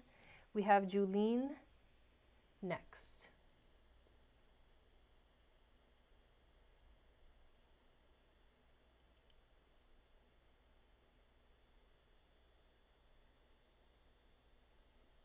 Okay, I just went back and looked at your, I was sad that I had to choose between my 2 favorite readers. Kim, did you get a reading tonight? Oh, I love it. I love it. So I'm going to go back into my PayPal and see if you left a message, Julene. Okay, I don't think you did. So will you let me know in the chat what kind of reading you want? And if you want astrology, I'm going to need your information. It was really beautiful. That was a really awesome reading. And honestly, you guys, I don't really do twin flame readings. It's not really my jam. But somehow, yeah, I know Jason was also, is he still live? Just like do the hopping, hop over. Just keep hopping back and forth. Tell him I say hi. Somebody go over there and tell him I say, what up?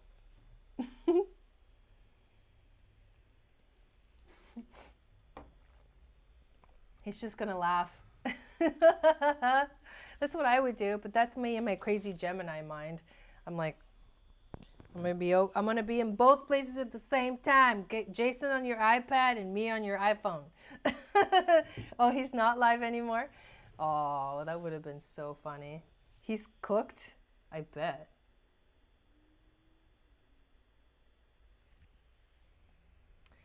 You sent me an email. Oh, there it is. Okay.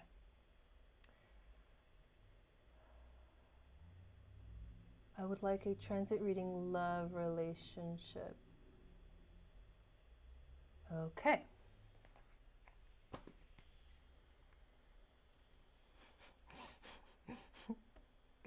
So let me pull up your chart first, Julene. June 4th in the house. So something strange is in the air and you're in your love life and you're wanting some guidance as to like, what the hell is going on? Is that what you want? Phoenix.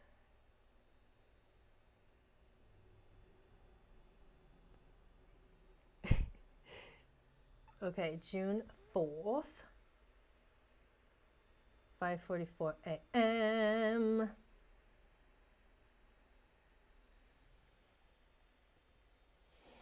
Damn, there's a lot of Gemini.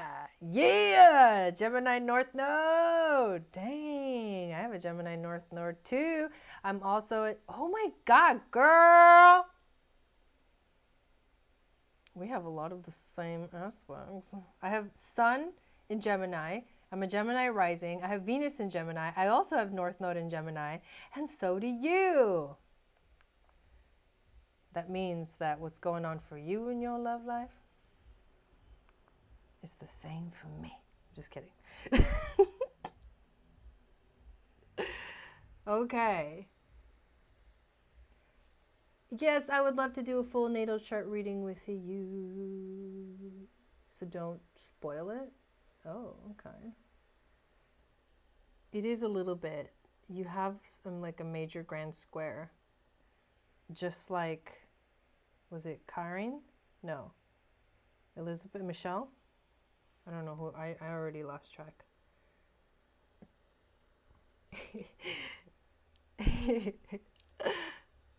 Twinsies! I mean, that's a lot of similar stuff, you guys. I mean, damn. Damn. 2541 is the code. Okay. Now. I mean, I just think that's crazy.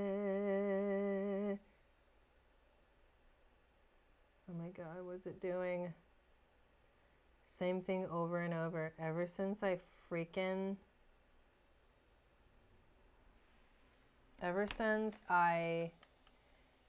uploaded or uploaded the software, new software update on my iPad, it just like went haywire. Here we go. I'm on the list. This is Crystal. Okay, got it. You're definitely on the list. Well, okay, I mean, you can send it if you want. Gobind@channelforgrace.guru. I meant that's why I didn't do a natal, because I didn't want to spoil it. Oh, that's right. Sorry, I forgot to add the transits. See, I'm starting to lose it. Current transits here and now.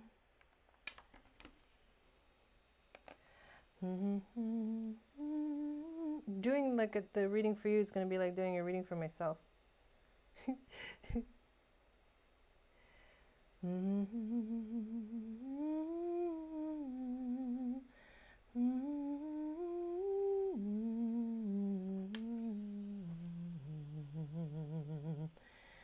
What's going on?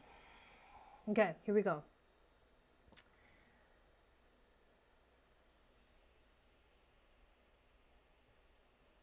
Can you tell me a little bit more about this like strange thing in the air that you're talking about? Because we do have Venus in Aries right now. She's transiting your 11th house of friends and sharing your gifts with the world. But Venus in Aries is a little bit impulsive. She's not going to be in Aries for much longer. She's actually going to move into Taurus. And that's still going to be in your 11th house. It's going to be like partly in your 11th house and partly in your 12th house. Another grand square person, its own interesting. Oh, actually don't have a grand square in my chart. But I do have all those like north, like all this stuff. It's almost the same. The Venus, the North Node, and the Sun. Not the same degrees, of course, but you know what I mean? I also have Chiron there in the 12th house, but I have Mercury in Taurus, not in Gemini. So that's why I'm wanting to have a little more clarity into like, you know, what you're really like needing, or maybe like, is there a relationship that's going on that you want some guidance with? Like, what aspect of like relationships do you want a little more clarity on? That'll help me to read what I'm looking at. Sudden change and delay. Great. And then overnight nosedive. Okay. So did it have to do with someone being like, I got to do my own thing? I got to do my own thing. I got to go. Because what I'm seeing here is Venus transiting your 11th house. This is about, it's not really about like your love life as much as it is about friendships. So I'm wondering if this person that you were with prefers to be like a friend instead of like a lover. Regardless, Venus in Aries is very impulsive and it does what it wants. So right now, people that are, I would say, people that are not doing what they want are going to want to do it their way. And they're going to want to do things in relationships their way. People who are unaware are going to do those things unconsciously. And they're going to, and your actions have consequences. So your choices affect the people that you're in relationship with. Now, Venus in Aries, Venus isn't really like being in Aries. Aries is like Mars-ruled energy. It's like the opposite of Venus, right? Venus wants to be in Taurus, which she's almost there. She's actually almost there. I know it's not a friend, but I'm saying it could be that whatever is not working out is because they're like not wanting more than friendship for some reason. I don't know why I'm getting that message, but that's what I'm getting. Whatever actions they're taking might be the underlying reason. I don't know why I'm getting that message, but so basically right now Venus is in this like sign of like the warrior, but it's not really like Wonder Woman, because Wonder Woman, she's the warrior and she's like kind of very masculine and like, I got this, very Mars-y. But this is more of like, it messes with relationships because Aries is a really uncomfortable energy for Venus to be in. And right now it is actually affecting, believe it or not, it's affecting more your friendships than your actual love relationships. But Venus does represent, our relationship house or energy in our chart. Now, you were born with Venus in Gemini in the first house, which means that your identity is very connected to relationships, and you love relationships that are more intellectual, that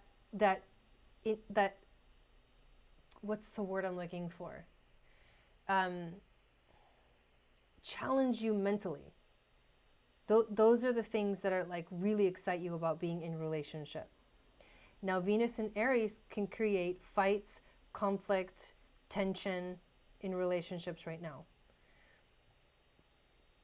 Where is your Aries house? It is. It's the 11th house. So Venus in Aries is also this like little bit of aggressive energy. So here's what I'm going to say. Here's the message that I'm going to give you, kind of like an overall message. Venus is about to move into Taurus, okay? Venus loves being in Taurus. Venus loves that energy because it is sensual, it is beautiful, it is powerful in the sense of grounding, of feeling comfort, love. So, once Venus moves into Taurus, that's the time to mend things or to try to mend things. Right now, the time is really like a conflicting time for relationships. It's not really comfortable, especially if people don't understand like themselves, if they don't have that like higher awareness of like, you know, if they don't know who they are, they're just gonna kind of be kind of pushed and pulled by the energies without even knowing what's going on. But when someone knows who they are, they can show up to a relationship in a more responsible way. But right now, Aries is not very responsible, and it can cause conflict, tension in relationships. So that's probably why you're feeling that shift. But then know that Venus is about to move into Taurus, and she will continue in Taurus in your 11th house. And then she'll conjunct Uranus in your 11th house. And when that happens, this is going to happen in March. If you want the exact dates, because I can't remember the exact dates, in the March 2020 astrological forecast, I give you the actual dates of those transits. But when that happens, that means that there is this wave of like new relationships, like waking up. So maybe, you know what I mean? What's going on right now, it could be it's not working out because of this Venus and Aries energy, or it could be because it's not meant to work out and you're meant to find something different and new and like completely what you didn't expect. Unexpected relationships, right? And know that once Venus moves into Taurus, things will chill out a little bit. Okay, yeah, totally. So things will like calm down. And it's soon. It's like, it's not far away. I can't remember the exact date, but it's very soon that this is happening. So does that give you some guidance? Does that help you out a little bit? Hopefully it does. Thank you so much, Christina Maria, for being here.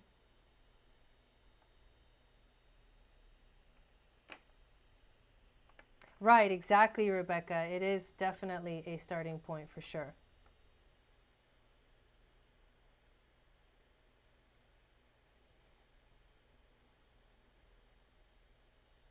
Plus, if you want to look at one more thing before we switch, you have Mars, you know, and the South Node transiting your 7th house of relationships right now. And Mars is in Capricorn, and the South Node is like karmic stuff. So right now, there's karma involved with your relationships. So there could be, if something's going wrong, it has to do with some karmic thing that's being resolved or released or that kind of stuff. And Mars in Capricorn wants you to figure it out and work it out and solve it. So that's the good thing. But there's, you know what I mean? It's like Mars is in your house, that Mars rules Aries. He's in your relationship house. So he's like kind of transiting your relationship house saying, what are you going to do about it? What are you going to do about it? You know, like that, that kind of thing. So it's intense energy for sure. Okay, awesome. Thank you. Okay, so there we go. Let's see who's next and what we got. So Christina Maria is next, and I think you said you sent me a message. So let's see what Christina Maria would like.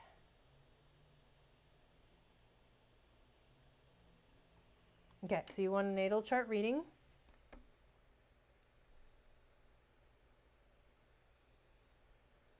So we are going to pull it up.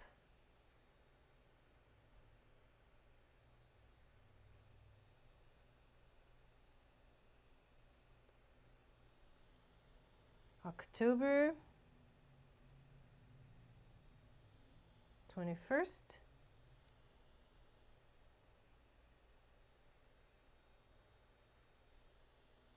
2:14 p.m.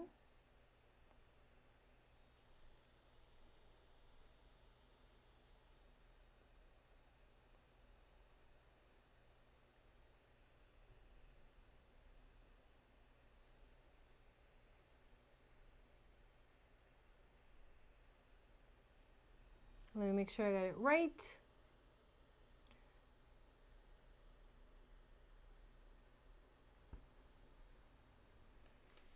Take a picture.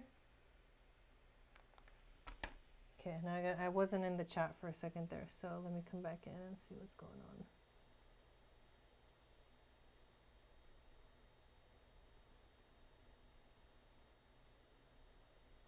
Okay.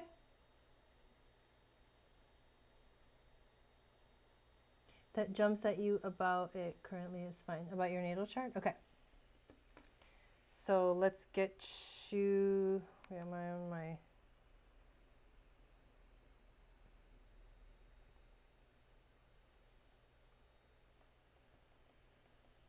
need somebody like with the motherfucking fan up in here.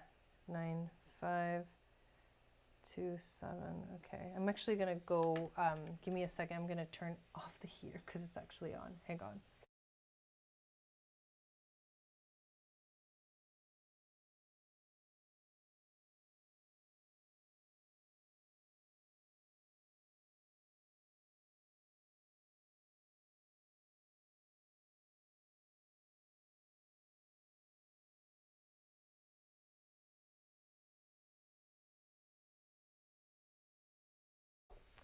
Okay, there we go.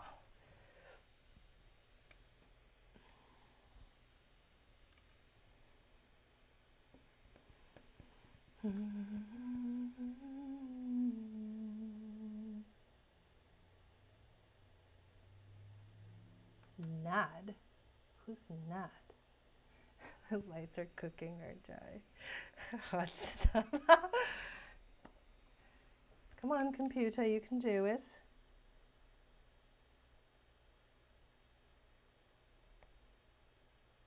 What is going on? Okay, there it is. Oh, so it's got to be ready to go, and I'm just like tripping.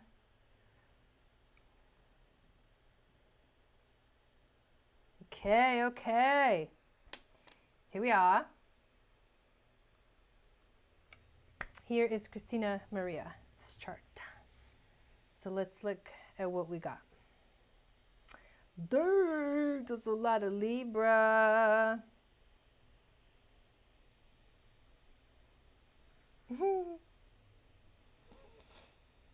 North node Sagittarius, south node Gemini, moon in Capricorn, Capricorn rising.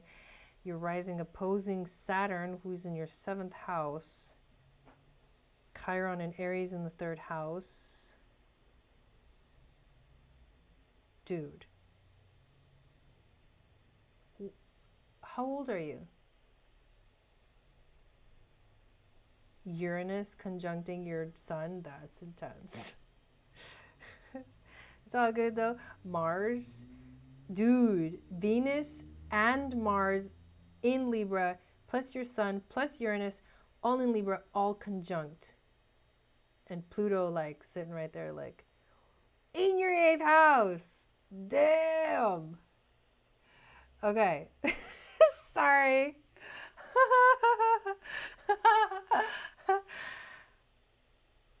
Your moon in the 12th, yes. North node, so yeah, North node conjunct Neptune, that's pretty powerful too. Jupiter in your 2nd house, that's really awesome. 45. Okay. So I was asking that because you were born with Chiron in Aries, and Chiron is in Aries right now, but when we hit about 50 years old, we go through what is called the Chiron return, and it'll happen when Chiron gets to 21 degrees of Aries, or when you're 50 years old, pretty much. But I just wanted to know how close you were to that point, because it's significant, huge transit where basically we get like the full maturation of spirituality, like the integration of our body, mind, spirit, and we go through a major shift in our lives, kind of like the Saturn return, but much more powerful because it's a spiritual integration that happens when we're 50. So that is a very significant thing that you can look forward to. I want a deep dive. We have to do it. Wait, what do you mean? So Saturn conjunct Uranus, like, you are very unique. You are very different. You do not fit the norm. On top of it, you have, oh my God, Sun, Uranus, Mercury, and Mars in your 9th house of spiritual integration. Like, there's something really special about you. And spirituality is a major theme for you in your life, like major. If divinity, spirituality is not part of your life, you're going to feel completely lost. Now, what's interesting is having the North Node in Sagittarius conjunct Neptune. So North Node Sagittarius, let's start with the Gemini South Node. The Gemini South Node is about basically being here in the now, like in the regular world of the peasants. I'm just kidding. But being in the regular world of the peasants, because it's just funny to talk like this, is what you have done in the past. So you've already done the everyday whatever, I'm living life and I do the normal thing and I do whatever society wants me to do, or, you know, I interact with people on this like very like social level. And it's the everyday household. It's like the household life. But it's also, the beauty about that is like you're here in the now. However, that's your past. So in a past life, you were the one that was here in the regular world, in the matrix. Let's call it the matrix. Okay, yes, that's a great analogy. So South Node Gemini is like being in the matrix and like mingling with the people in the matrix, but also teaching, because Gemini is a very like teaching energy. However, and it's also in your 5th house of creativity, which means it gives it a flavor of Leo. South Node Leo. So you were like whoa, that's interesting. Leo is like the past life of a king or a queen, or needing to be like valued and feel important in your past life or like earlier this life. However, you're supposed to move away from this Gemini energy and into Sagittarius. So Sagittarius is the sage that literally climbs to the mountain and sits in a cave and waits there meditating to be enlightened.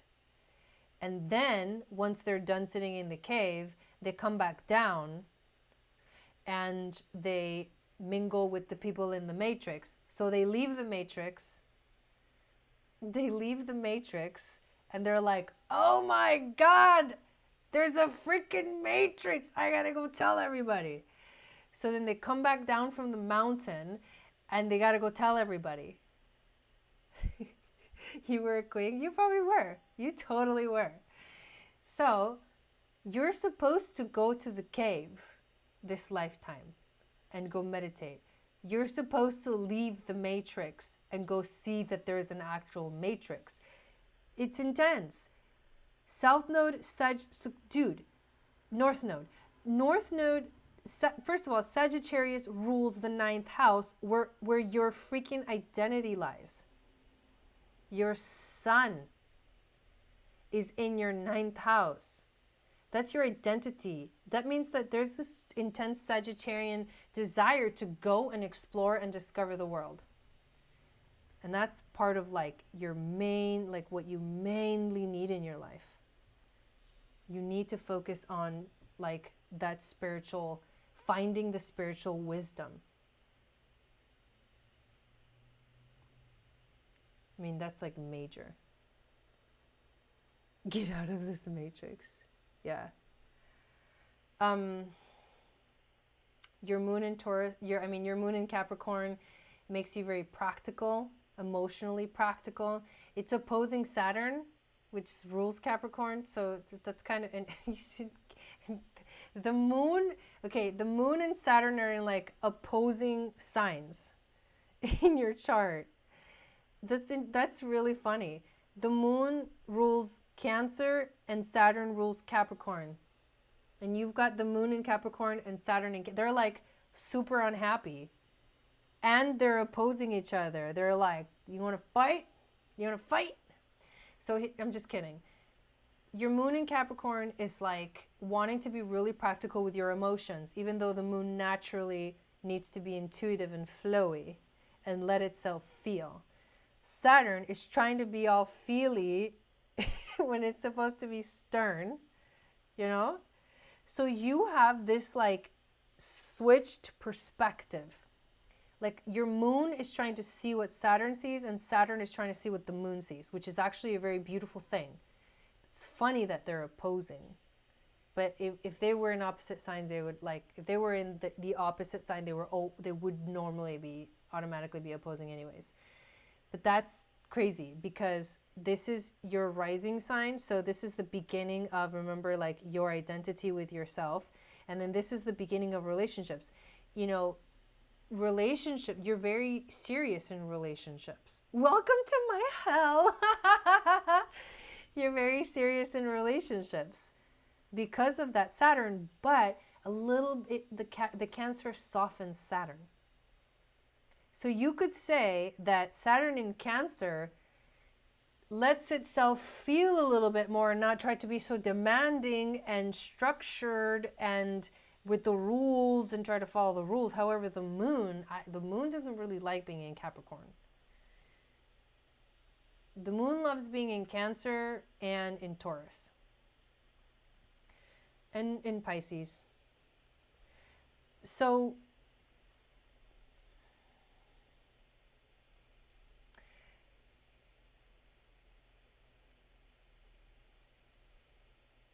I think you really, really need to like sit down with yourself.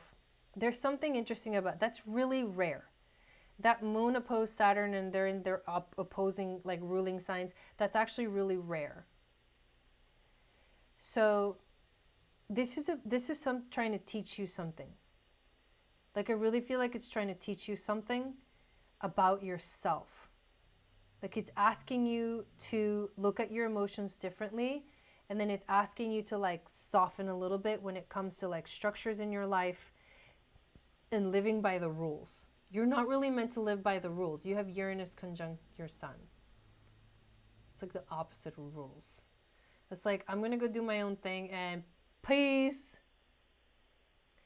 So I don't know if anyone's ever told you that before about your moon and Saturn, but I would just kind of like reflect on that and see what that can bring for you. Is that good? Does that bring you some insights? Yeah, plus all that Libra. It's wanting balance, you know, in your life. You're like a natural psychologist with Pluto and Libra in the 8th house. Jupiter in the 2nd house in Pisces like brings abundance, like material abundance into your life. Jupiter expands the 2nd house of finances and material possessions. That's really cool. He's although in retrograde in Pisces, which is like he's expanding your desire to know the deep depths of divinity. and all that is literally trining everything in your 9th house. So Jupiter is literally expanding all of that. Okay, this is a fun chart. That was really fun.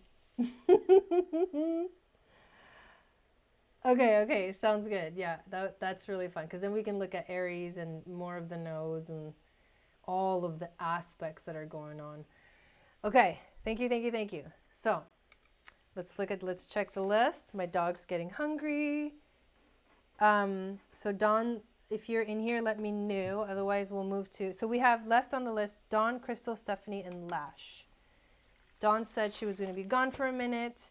So if she's not back yet, then we're going to hold off on that one and we're going to go to Crystal.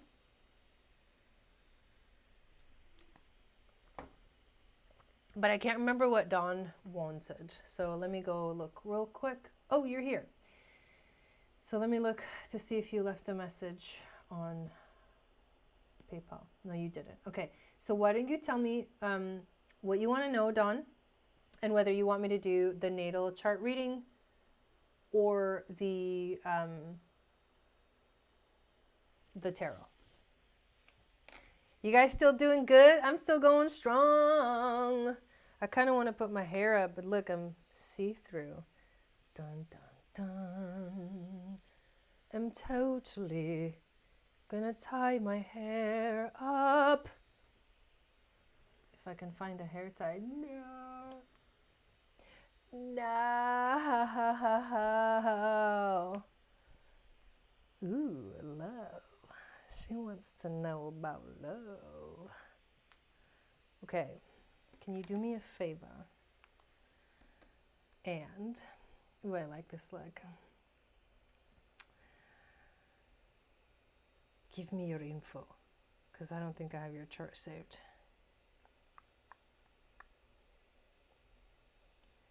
Dawn. What date were you born? Date, time.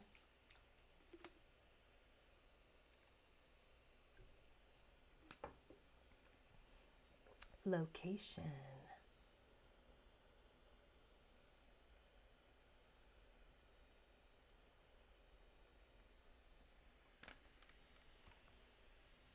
Where did my chopstick go? Now Guy is sitting at my feet.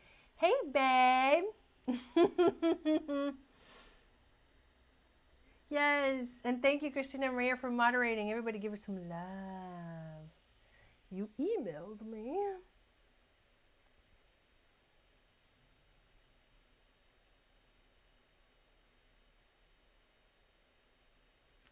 Okay. December 10th. Really? Your birthday is December 10th? Whoa. 11:56 a.m. Thanks for emailing me your questions, you guys. It's kind of makes it pretty convenient.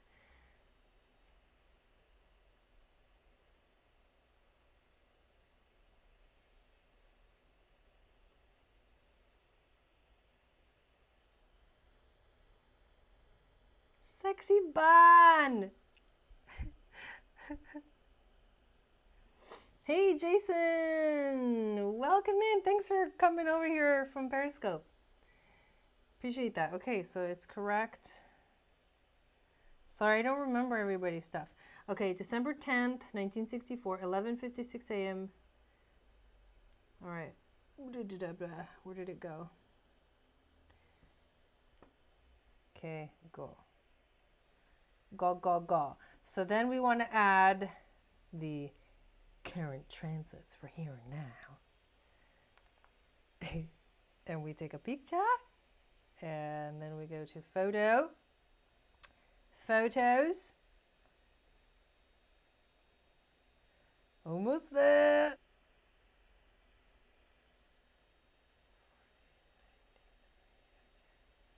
Okay. Franks and beans. You get extra points if you know what that movie's from. And don't forget, those of you guys that are signed up for a reading, one of you is actually going to win like an astrology and tarot reading. Oh my God. Wait, in the morning or PM? It's got to be PM. So you want relationship advice based on transits. Okay, what's Venus doing for ya? So let's take a look at this. There's something about Barry. Yes. Oh my God, Rebecca, seriously? I'm getting a little cuckoo for Cuckoo Puffs. So, Dawn.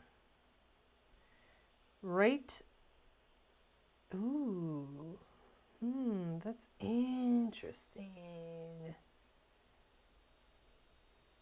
It is from that movie. So here's Venus in Aries, transiting your first house of self. So are you feeling a little like edgy about like figuring, like what are you wanting to know about your love relationships? Are you wanting advice on a specific relationship? Or in general, like what relationship energy is, you know, how it's affecting you personally. Magda.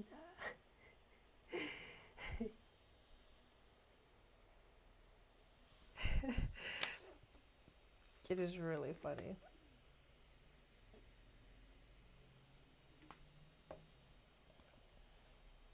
Because generally, Venus and Aries in your first house is like, you might be feeling like kind of agitated right now when it comes to relationships in general. You might be feeling either impulsive or, wait, too many questions. You might be feeling impulsive or like there's conflict.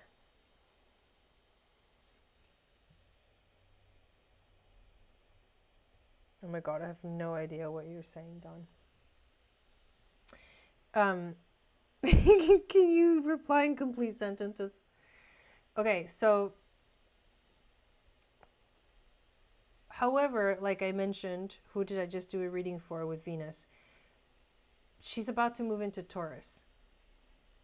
And when she moves into Taurus, this is from I'm actually going to do a pick a card reading for Venus and Taurus because it's that significant of a transit. Venus and Taurus is like time for love, you know? So Venus is going to move into Taurus in your second house, which it partly rules. It's just kind of crazy. It's going to be kind of home. It's going to come back home. And you're going to see like a big shift because second house is ruled by Taurus and it's naturally like it's your second house, which means that when things come into the second house, for example, Uranus is in right now and so is the moon. They're both in your second house of finances, but also material possessions. Once the moon comes into your, once Venus comes into your second house, moves into Taurus, that energy is going to like ease up a lot of whatever tension that you're feeling when it comes to relationships. Like right now, this is about you and how you feel in relationships. But when it moves into the second house and goes into Taurus, this is going to be about finding more comfort in your life. And so you're really only going to allow, you know, the relationships that bring you more of that comfort into your life. Otherwise, it's just not going to feel good. Venus in Taurus like wants to feel good, and it's not going to do anything that it doesn't feel good doing. And also Venus will conjunct Uranus, and that's going to happen in your second house, which means that there's going to be a shift in the focus of what you actually want to do with, like, if you have a love interest or relationships in general. You're going to want to shift your focus to one, what feels more comfortable, and two, something that you may not even have ever expected might show up in your life, especially when Venus conjuncts Uranus and the Sun conjuncts Neptune in Pisces. Because the Sun conjunct and the Sun will conjunct, the Sun's going to meet up with Neptune right here, and it's going to happen in your first house of the self, which you are, right? You are a Pisces rising, and you also have that Pisces moon. So there's a lot of Pisces energy in your chart. When the exact day that Venus conjuncts Uranus, the Sun will conjunct Neptune in Pisces. That is a beautiful, dreamy energy. So those two things will work together. We get to dream of a new way of being in a relationship. We get to be in a completely, like, we get to create it from the world of the dreams, which is beautiful. Like, isn't that what we all want? Like our handsome prince or whatever, you know? Well, that's gonna, you know, like, just like right now, it's not gonna, it doesn't feel very good right now. Love energy. It's like, Venus in Aries is like, let's just wait till it's over, you know? It can teach you about your own desires and your own wants, but it's not going to right now be about like partnership. It's going to be about me, me, me, me. But once it move into Taurus, it'll just like relax, and relationships will, if there's is relationship, you know, that you're focusing on in your life, things will get more harmonious. That is happening on, I don't have my notes with me. You'll have to check the March 2020 astrology, but it's happening. I can't remember off the top of my head. Yeah, I mean, we're all kind of in this, like, we're waiting to like let that energy kind of cool off, which it will, because Aries only initiates and doesn't really follow through. Now Taurus like sits down and goes, what? We need to like take a chill pill and like just get comfortable and look at what we love and feel good. It goes, hold up a minute. Like Taurus energy, like will just like put up the stop sign to Aries. And be like, nah, we're done. We're done with that like gnarliness. No offense to any Aries people in the house. I just mean the energy itself. It's very fiery. So yes, will you please just refer to that March 2020 astrology video, because that'll give you the exact date. I can't remember off the top of my head, and I don't have my notes in front of me. But that's basically the reading. So did that give you some insight? Hopefully it did. I'm going to check out what's happening next.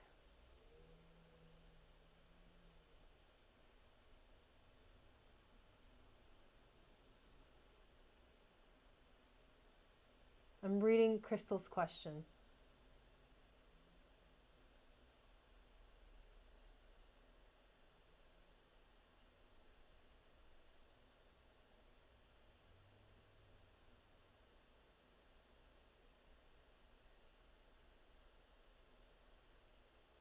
So do you want a tarot reading, Crystal? Sounds like you want a tarot reading. Thank you, Dawn.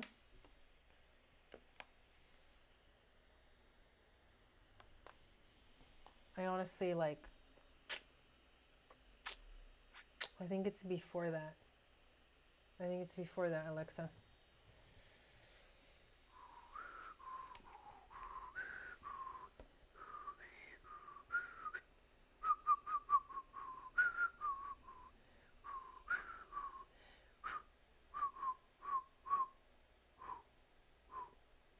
Okay, it's going to be March 7th. Got it. March 7th. Tarot. Okay. Yay! Let's pull some tarot cards. Can I share your question with everybody so they know what the hell we're doing? Not like specific. I'm not going to give any names or anything, but can I share generally what you're asking? Is that okay?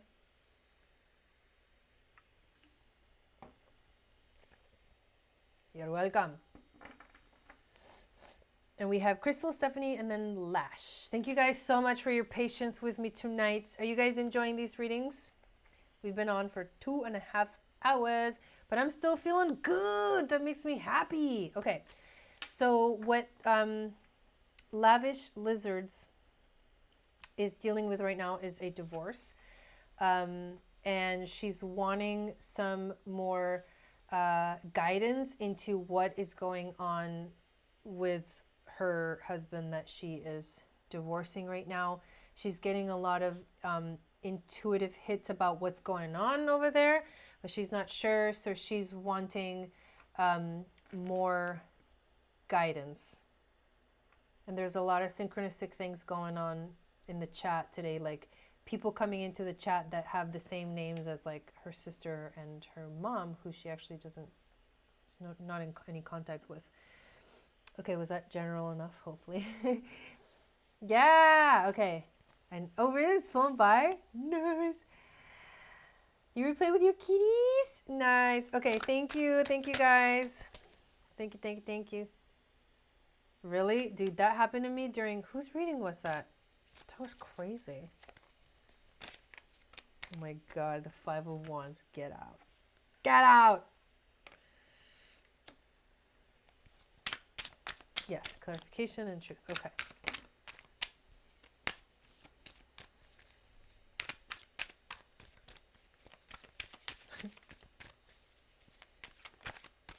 Let's pull some cards for Crystal. What's going on for Crystal? What does she need to know? Is there any kind of deception going on?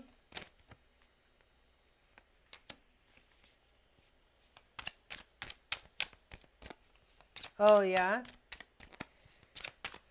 Is there any kind of deception going on right now?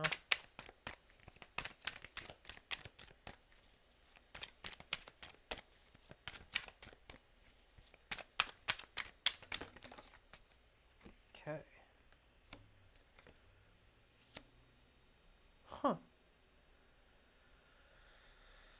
Alrighty then. Let's pull some astrology cards along with it.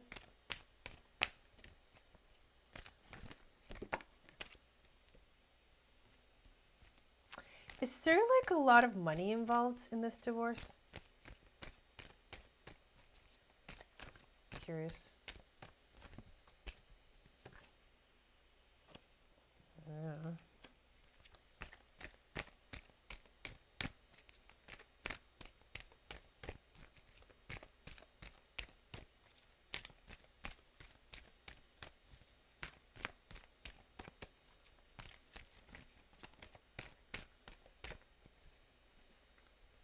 Dude, was anybody like hanging out at both lives, like when Jason was live? Did he say anything about Sunday night? Because me and him are supposed to do readings on Sunday night.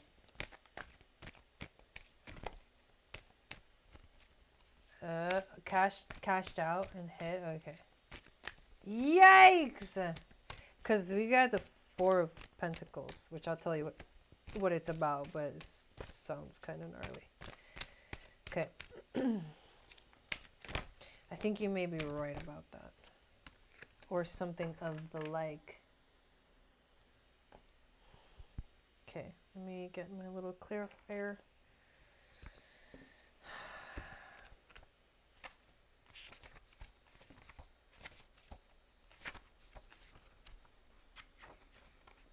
Thank you, Christina Maria.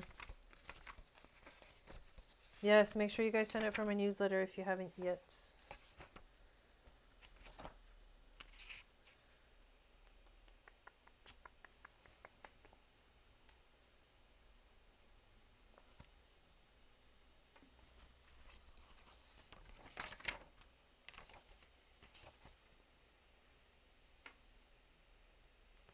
Whoa. Okay, so here we go. Right off the bat, you get the Five of Wands. In traditional tarot, the Five of Wands, it's like in the Five of Wands cards, people are literally like fighting with wands.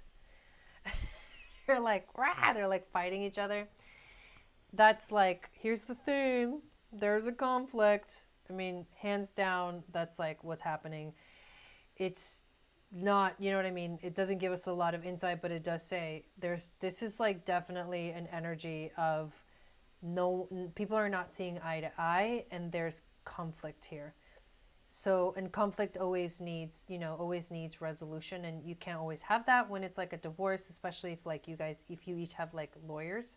Because I know sometimes you don't have to have lawyers. Like sometimes you just kind of like show up and kind of do your own, like just represent yourself. But this represents like something, there's competition, okay? So the Five of Wands is not just conflict, it's like, fighting, but it's also competition. So there's some kind of competition going on here. Somebody's trying to like get ahead. Here's the next thing. The transformation card. So this is like, this is a change right now that is needed for sure in everyone's lives involved. Transformation is like the Pluto energy, right? It is also the death that leads into the rebirth. So again, another card of just deep perception that says, look, there's a purpose for what's happening. Even if right now it looks like just crazy and things just don't seem right and it feels like there's deception going on, like this is the process that needs to happen. There is an ending, right? Divorce is an ending because there needs to be a rebirth. Now, the Page of Crystals, this is interesting. So the Page of Crystals is here. The Page of Crystals it seeks knowledge. The Page of Crystals is that energy. It's someone that is a scholar because it wants to know the truth. You literally said, I'm a truth seeker, and you're wanting to find more knowledge because you know that knowledge gives you power, right? And knowledge gives you the ability to like move forward, like what's my next step? And when you understand things and when you know what's going on, you feel way more comfortable. Now, the next card that you got is the Chariot. So having the Chariot here is also interesting because the Chariot is like a ride to take you somewhere. So where is it that this Chariot is taking you? Because you're searching for the knowledge, you're wanting to know the truth, but there's a purpose here. There's a purpose for what's going on.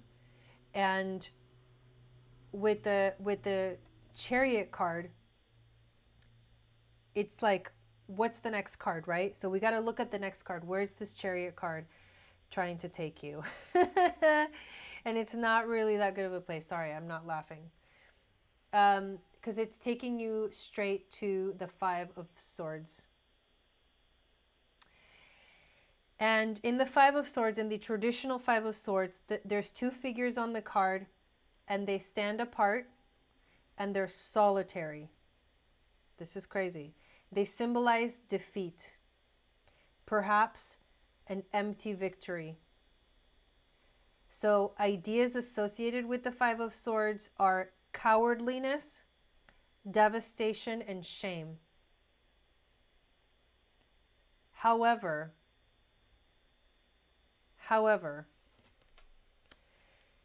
there is a light at the end of the tunnel. Because in the end of it all, the Wheel of Fortune comes up. And the Wheel of Fortune is this situation, this ending was going to open up a lot of opportunities for you. And here is the card that I think will give you the answer that you're really looking for.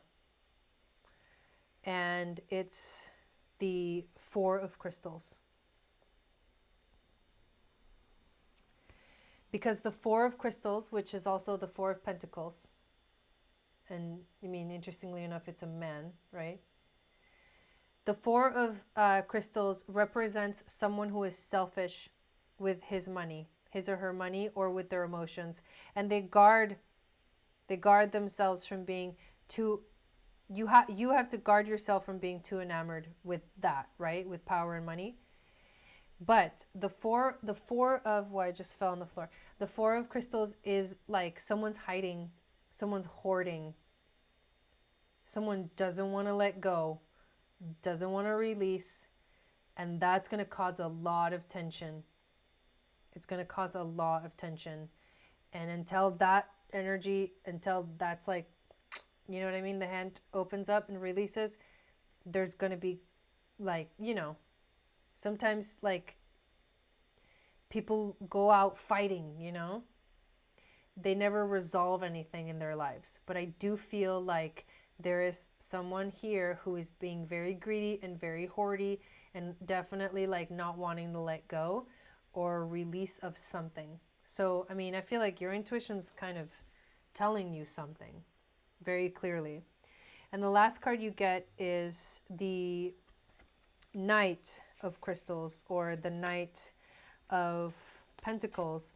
And in the traditional, here's this card, but in the traditional sense, the Knight of Pentacles it's a figure that is in armor.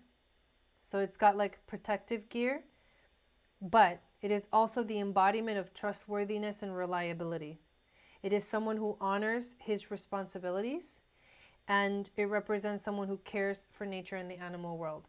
So I don't know if this means that you're going to meet someone that will represent these things, or maybe in the end, the energy will shift in him. You know what I mean?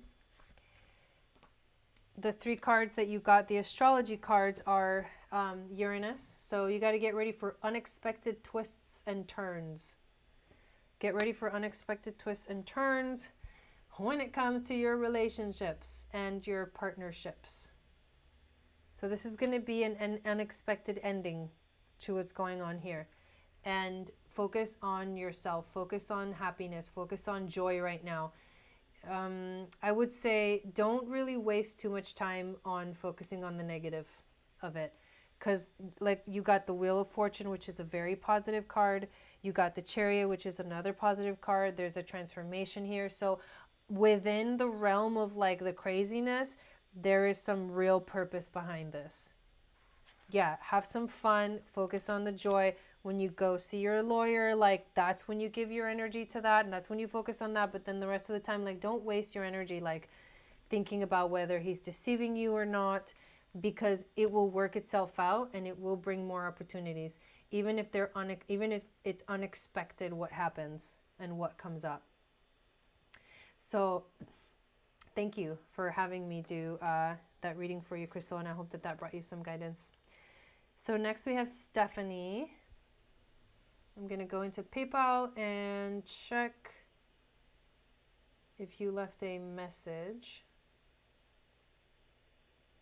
Astrology transit, please. Okay, and whatever transit speaks to me. So I'm going to pull up your chart. So we got 2 more, just Stephanie and Lash.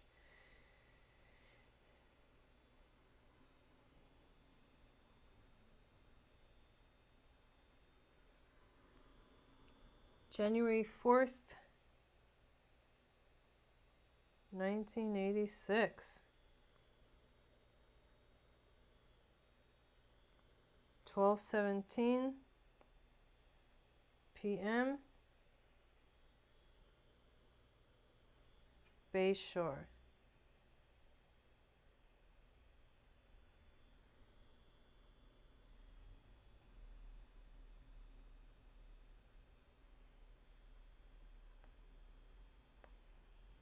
And let's add the transits.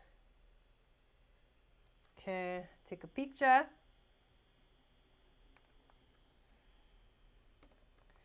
And here we go.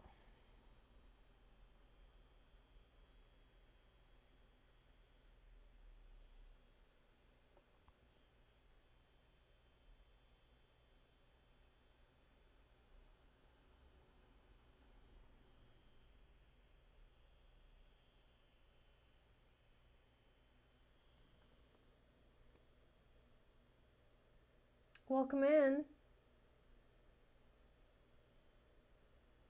Good night.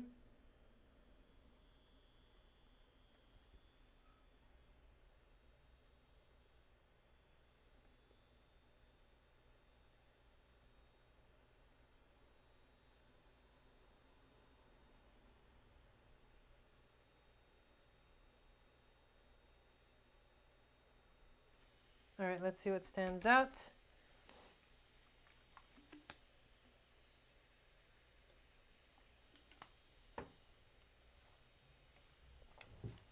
Thank you, everybody, for your patience. Especially those of you guys waiting for readings. Okay, what do we got here?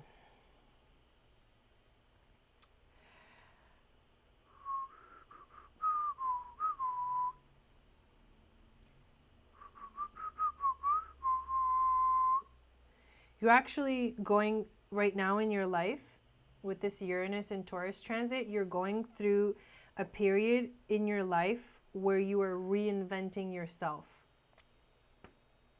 Plus, Uranus is conjuncting your North Node in Taurus in your first house. This is about yourself. This is about finding the comfort that you seek in life. This is about finally seeing the beauty. You're also, just like somebody else tonight, moving away from the trauma and the drama of having a South Node in Scorpio conjunct freaking Pluto and Mars. Oh my God, it's an exact conjunction. Dang. So that's kind of intense. It's the death of your South Node. It's the death of the trauma and the drama. It's the end of a cycle. It's a full-on, like, gnarly transformation, because Pluto in freaking Scorpio, its home sign of Scorpio, is like, wow. And it's in your 7th house of relationships. Like, dang. So you may have been in an earlier in your life focused so much on like trying to find the answers in relationships, and now you're realizing that really the answers are within yourself. And you got it. You're going through a self-transformation. You're completely shifting your identity, who you are. You're finding new ways of being you. And that's actually really beautiful and really powerful. That's like major. Your North Node is also has a flavor of Aries, which means that you're very like impulsive and you want to figure things out yourself. And your South Node has a flavor of you want to be independent, and your South Node has a flavor of Libra too. So you're totally moving away from relationships. Okay, yeah. So let's see what else we got. You also have Sun, Venus, Neptune, and Uranus in your 9th house of spiritual integration, which means that you also, just like, who was it? Christina Maria? Yeah. Just like Christina Maria, you guys both have like the Sun in the 9th house of the spirituality. Like, the spiritual is very important for you. It's very important for you. And right now, Mars and the South Node are transiting this 9th house of spiritual integration, which means that the South Node is wanting all of us collectively to move away from trying to do things the right way, right? Remember, the old structures are dying, and Mars has just moved into Capricorn so that he can actually help us start to take action towards our goals.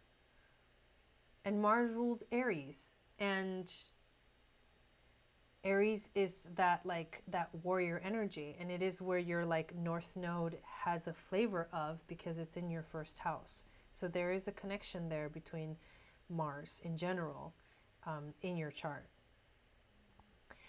Capricorn, however, brings this spirituality a different flavor, because Capricorn is practical and Capricorn does want to follow the rules.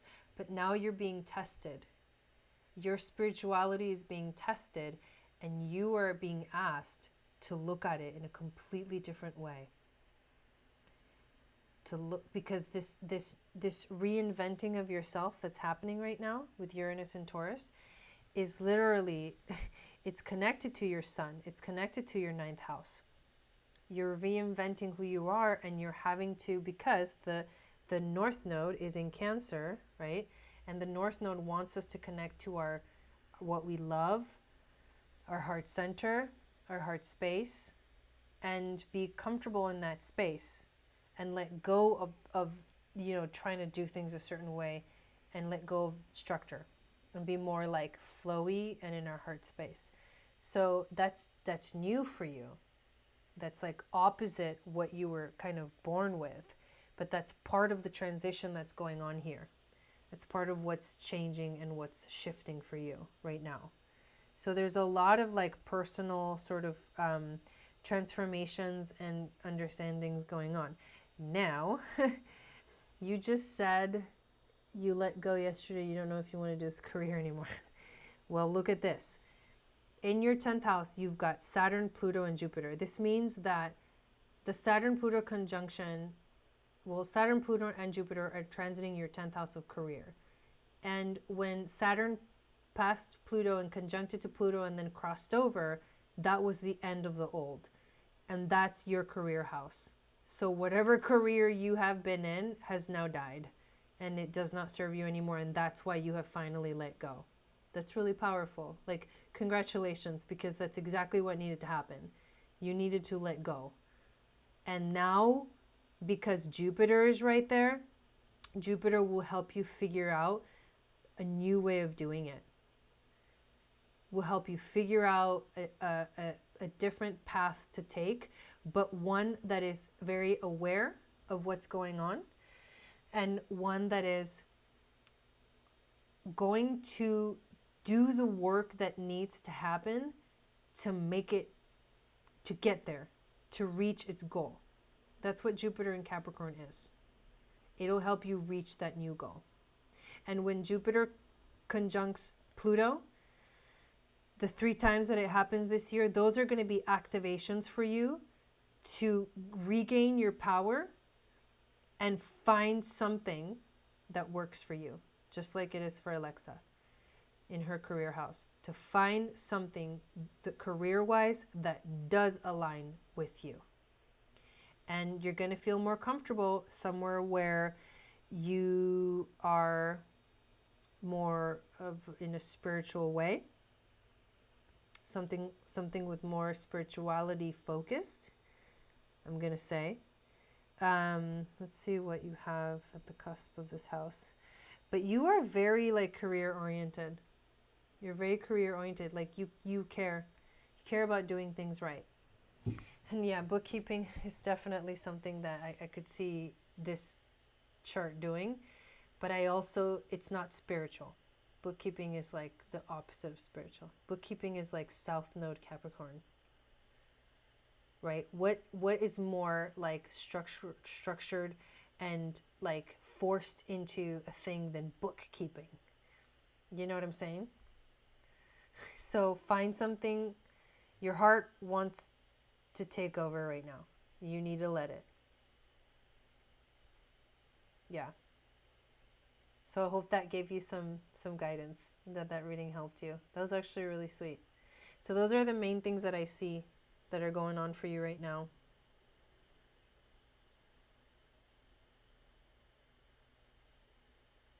Pretty major stuff.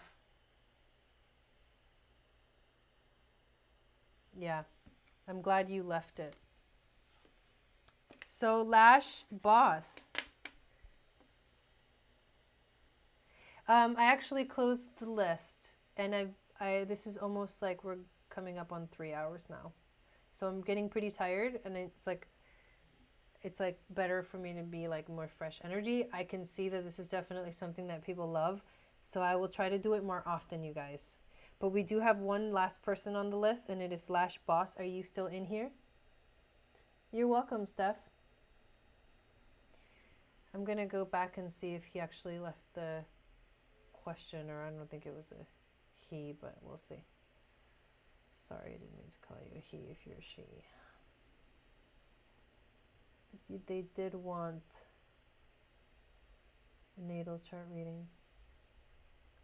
Puerto Rico! Yay! Okay, so let me pull up your chart.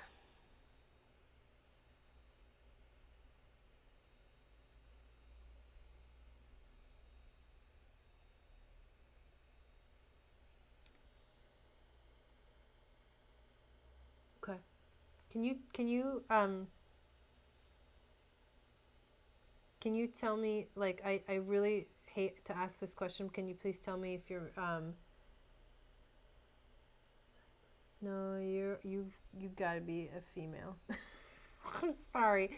I just want to get an image in my mind. I want to connect to the right energy. But you were born March 14th. Happy early birthday. Wow. I'm 3 years older than you. 3 p.m.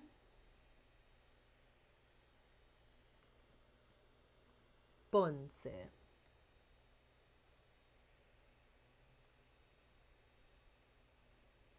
Oh my God, you guys know what show I'm obsessed with?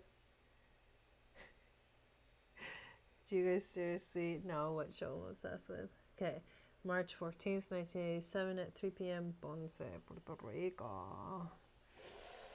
Shee, that's intense. Okay, so hang on. Oh, do you actually want me to look at transits?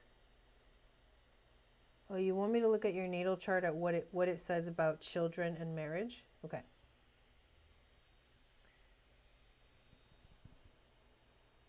Oh wait, did I?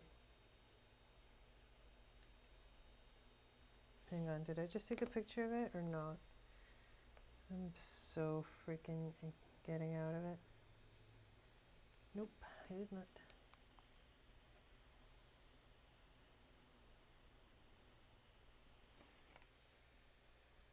This is a gnarly chart. Dang. You have like one of those charts where everything is like spread out evenly. So there's this like really intense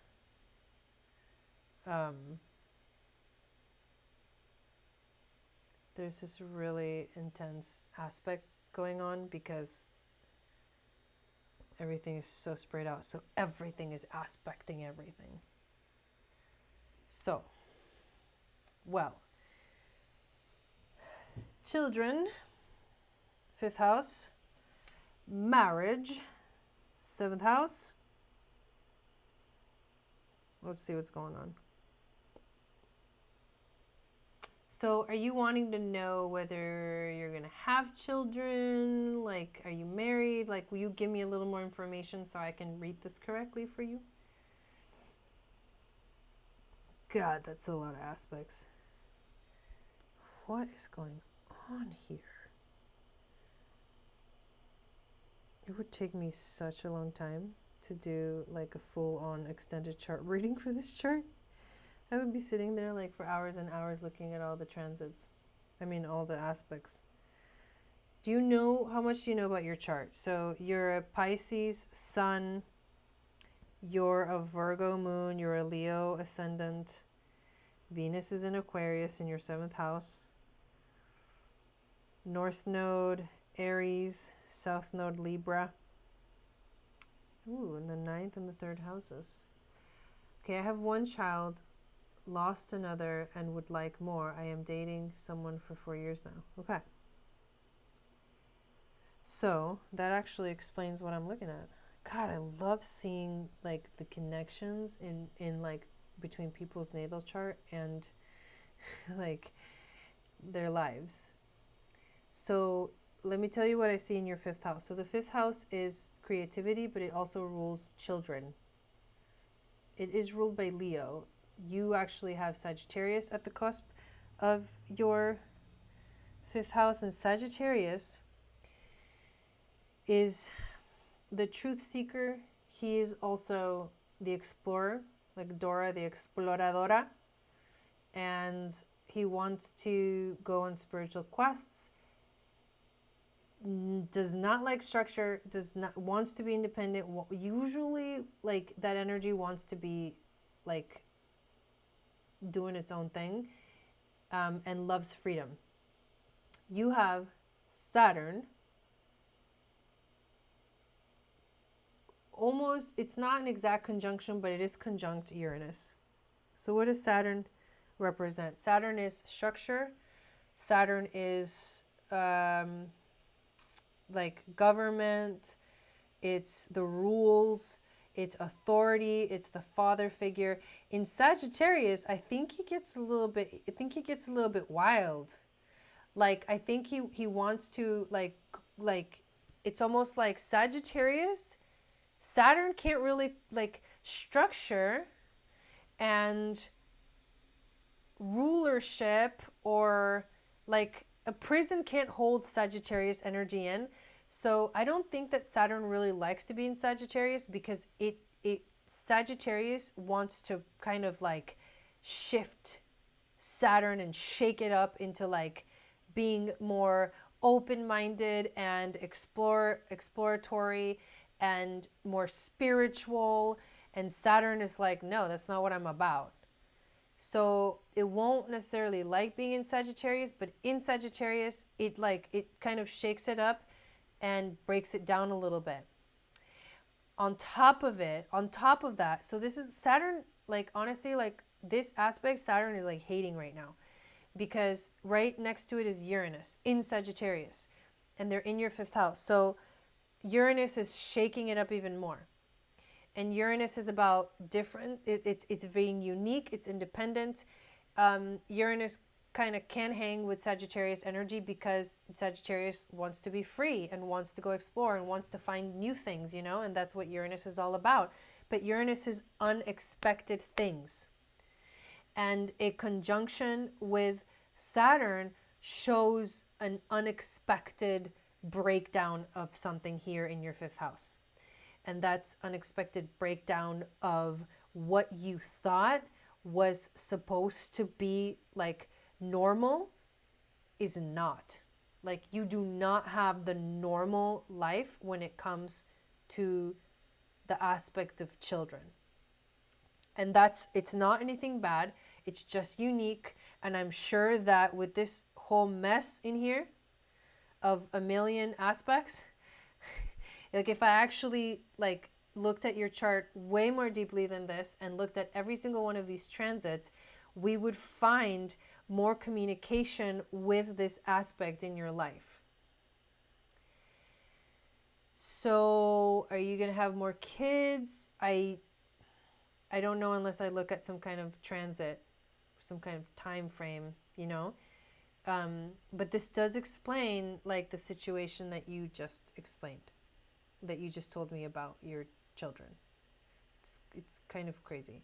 So if we move to the realm of relationships and marriage, which is the 7th house, you have you have Venus here. Interesting. There's 2 things here that are actually positive. There's Venus conjunct Juno. Now, Venus is the planet of love, and she's the planet of relationships. She rules the 7th house. So in the 7th house, she's going to feel really happy. Juno is the asteroid of partnership and marriage. Partnership and marriage. And so Juno wants marriage. And Venus also would love that. So this is a really positive aspect. Like, I do see you finding a relationship in your life that is romantic, and that does it almost like needs, it's almost like you need, like your love life, like there has to be some kind of union that is very powerful and strong. Juno is not just the planet of, you know, marriage and relationships. She's also the asteroid or planet or whatever you want to call her. She's also the asteroid of soulmates. And if you can think about it as twin flames or like soul relationships. Soul relationships is what Juno is about, and she's committed. So Juno conjunct Venus is a really good aspect when you're looking for something that along the lines of a marriage. Like, this is definitely marriage here. Now, what we have to look at is, so what is Aquarius? How does Aquarius affect this 7th house? Now, here's what gets interesting. Because Venus in Aquarius, just like Saturn in Sagittarius, she doesn't really like being in Aquarius. Aquarius is kind of like a weird energy. Aquarius actually rules Uranus. Aquarius is Uranus's natural sign. That's what I am in right now. Okay, beautiful. So Aquarius actually rules Uranus. So there's actually a connection here between your relationships and what Uranus is doing here in the house of creativity and of children. So Aquarius is the flavor that this relationship has to take in order for it to really work. So what is Aquarius? Aquarius is also an independent sign. Aquarius is an air sign, and it's about the mind. It wants intellectual conversation. It wants humanitarian things. Like, it desires to help humanity as a whole. It can also be, a sign that wants, it's not that emotional. Even though Aquarius is the water bearer and can hold space for emotions, Aquarius is less of an emotional sign. So Venus also tells you how you're going to be in love relationships. So this is how you express yourself in love. You prefer like the intellectual conversation. You prefer you prefer more of a little bit of independence. You like in emotional like drama, like just makes you want to walk away.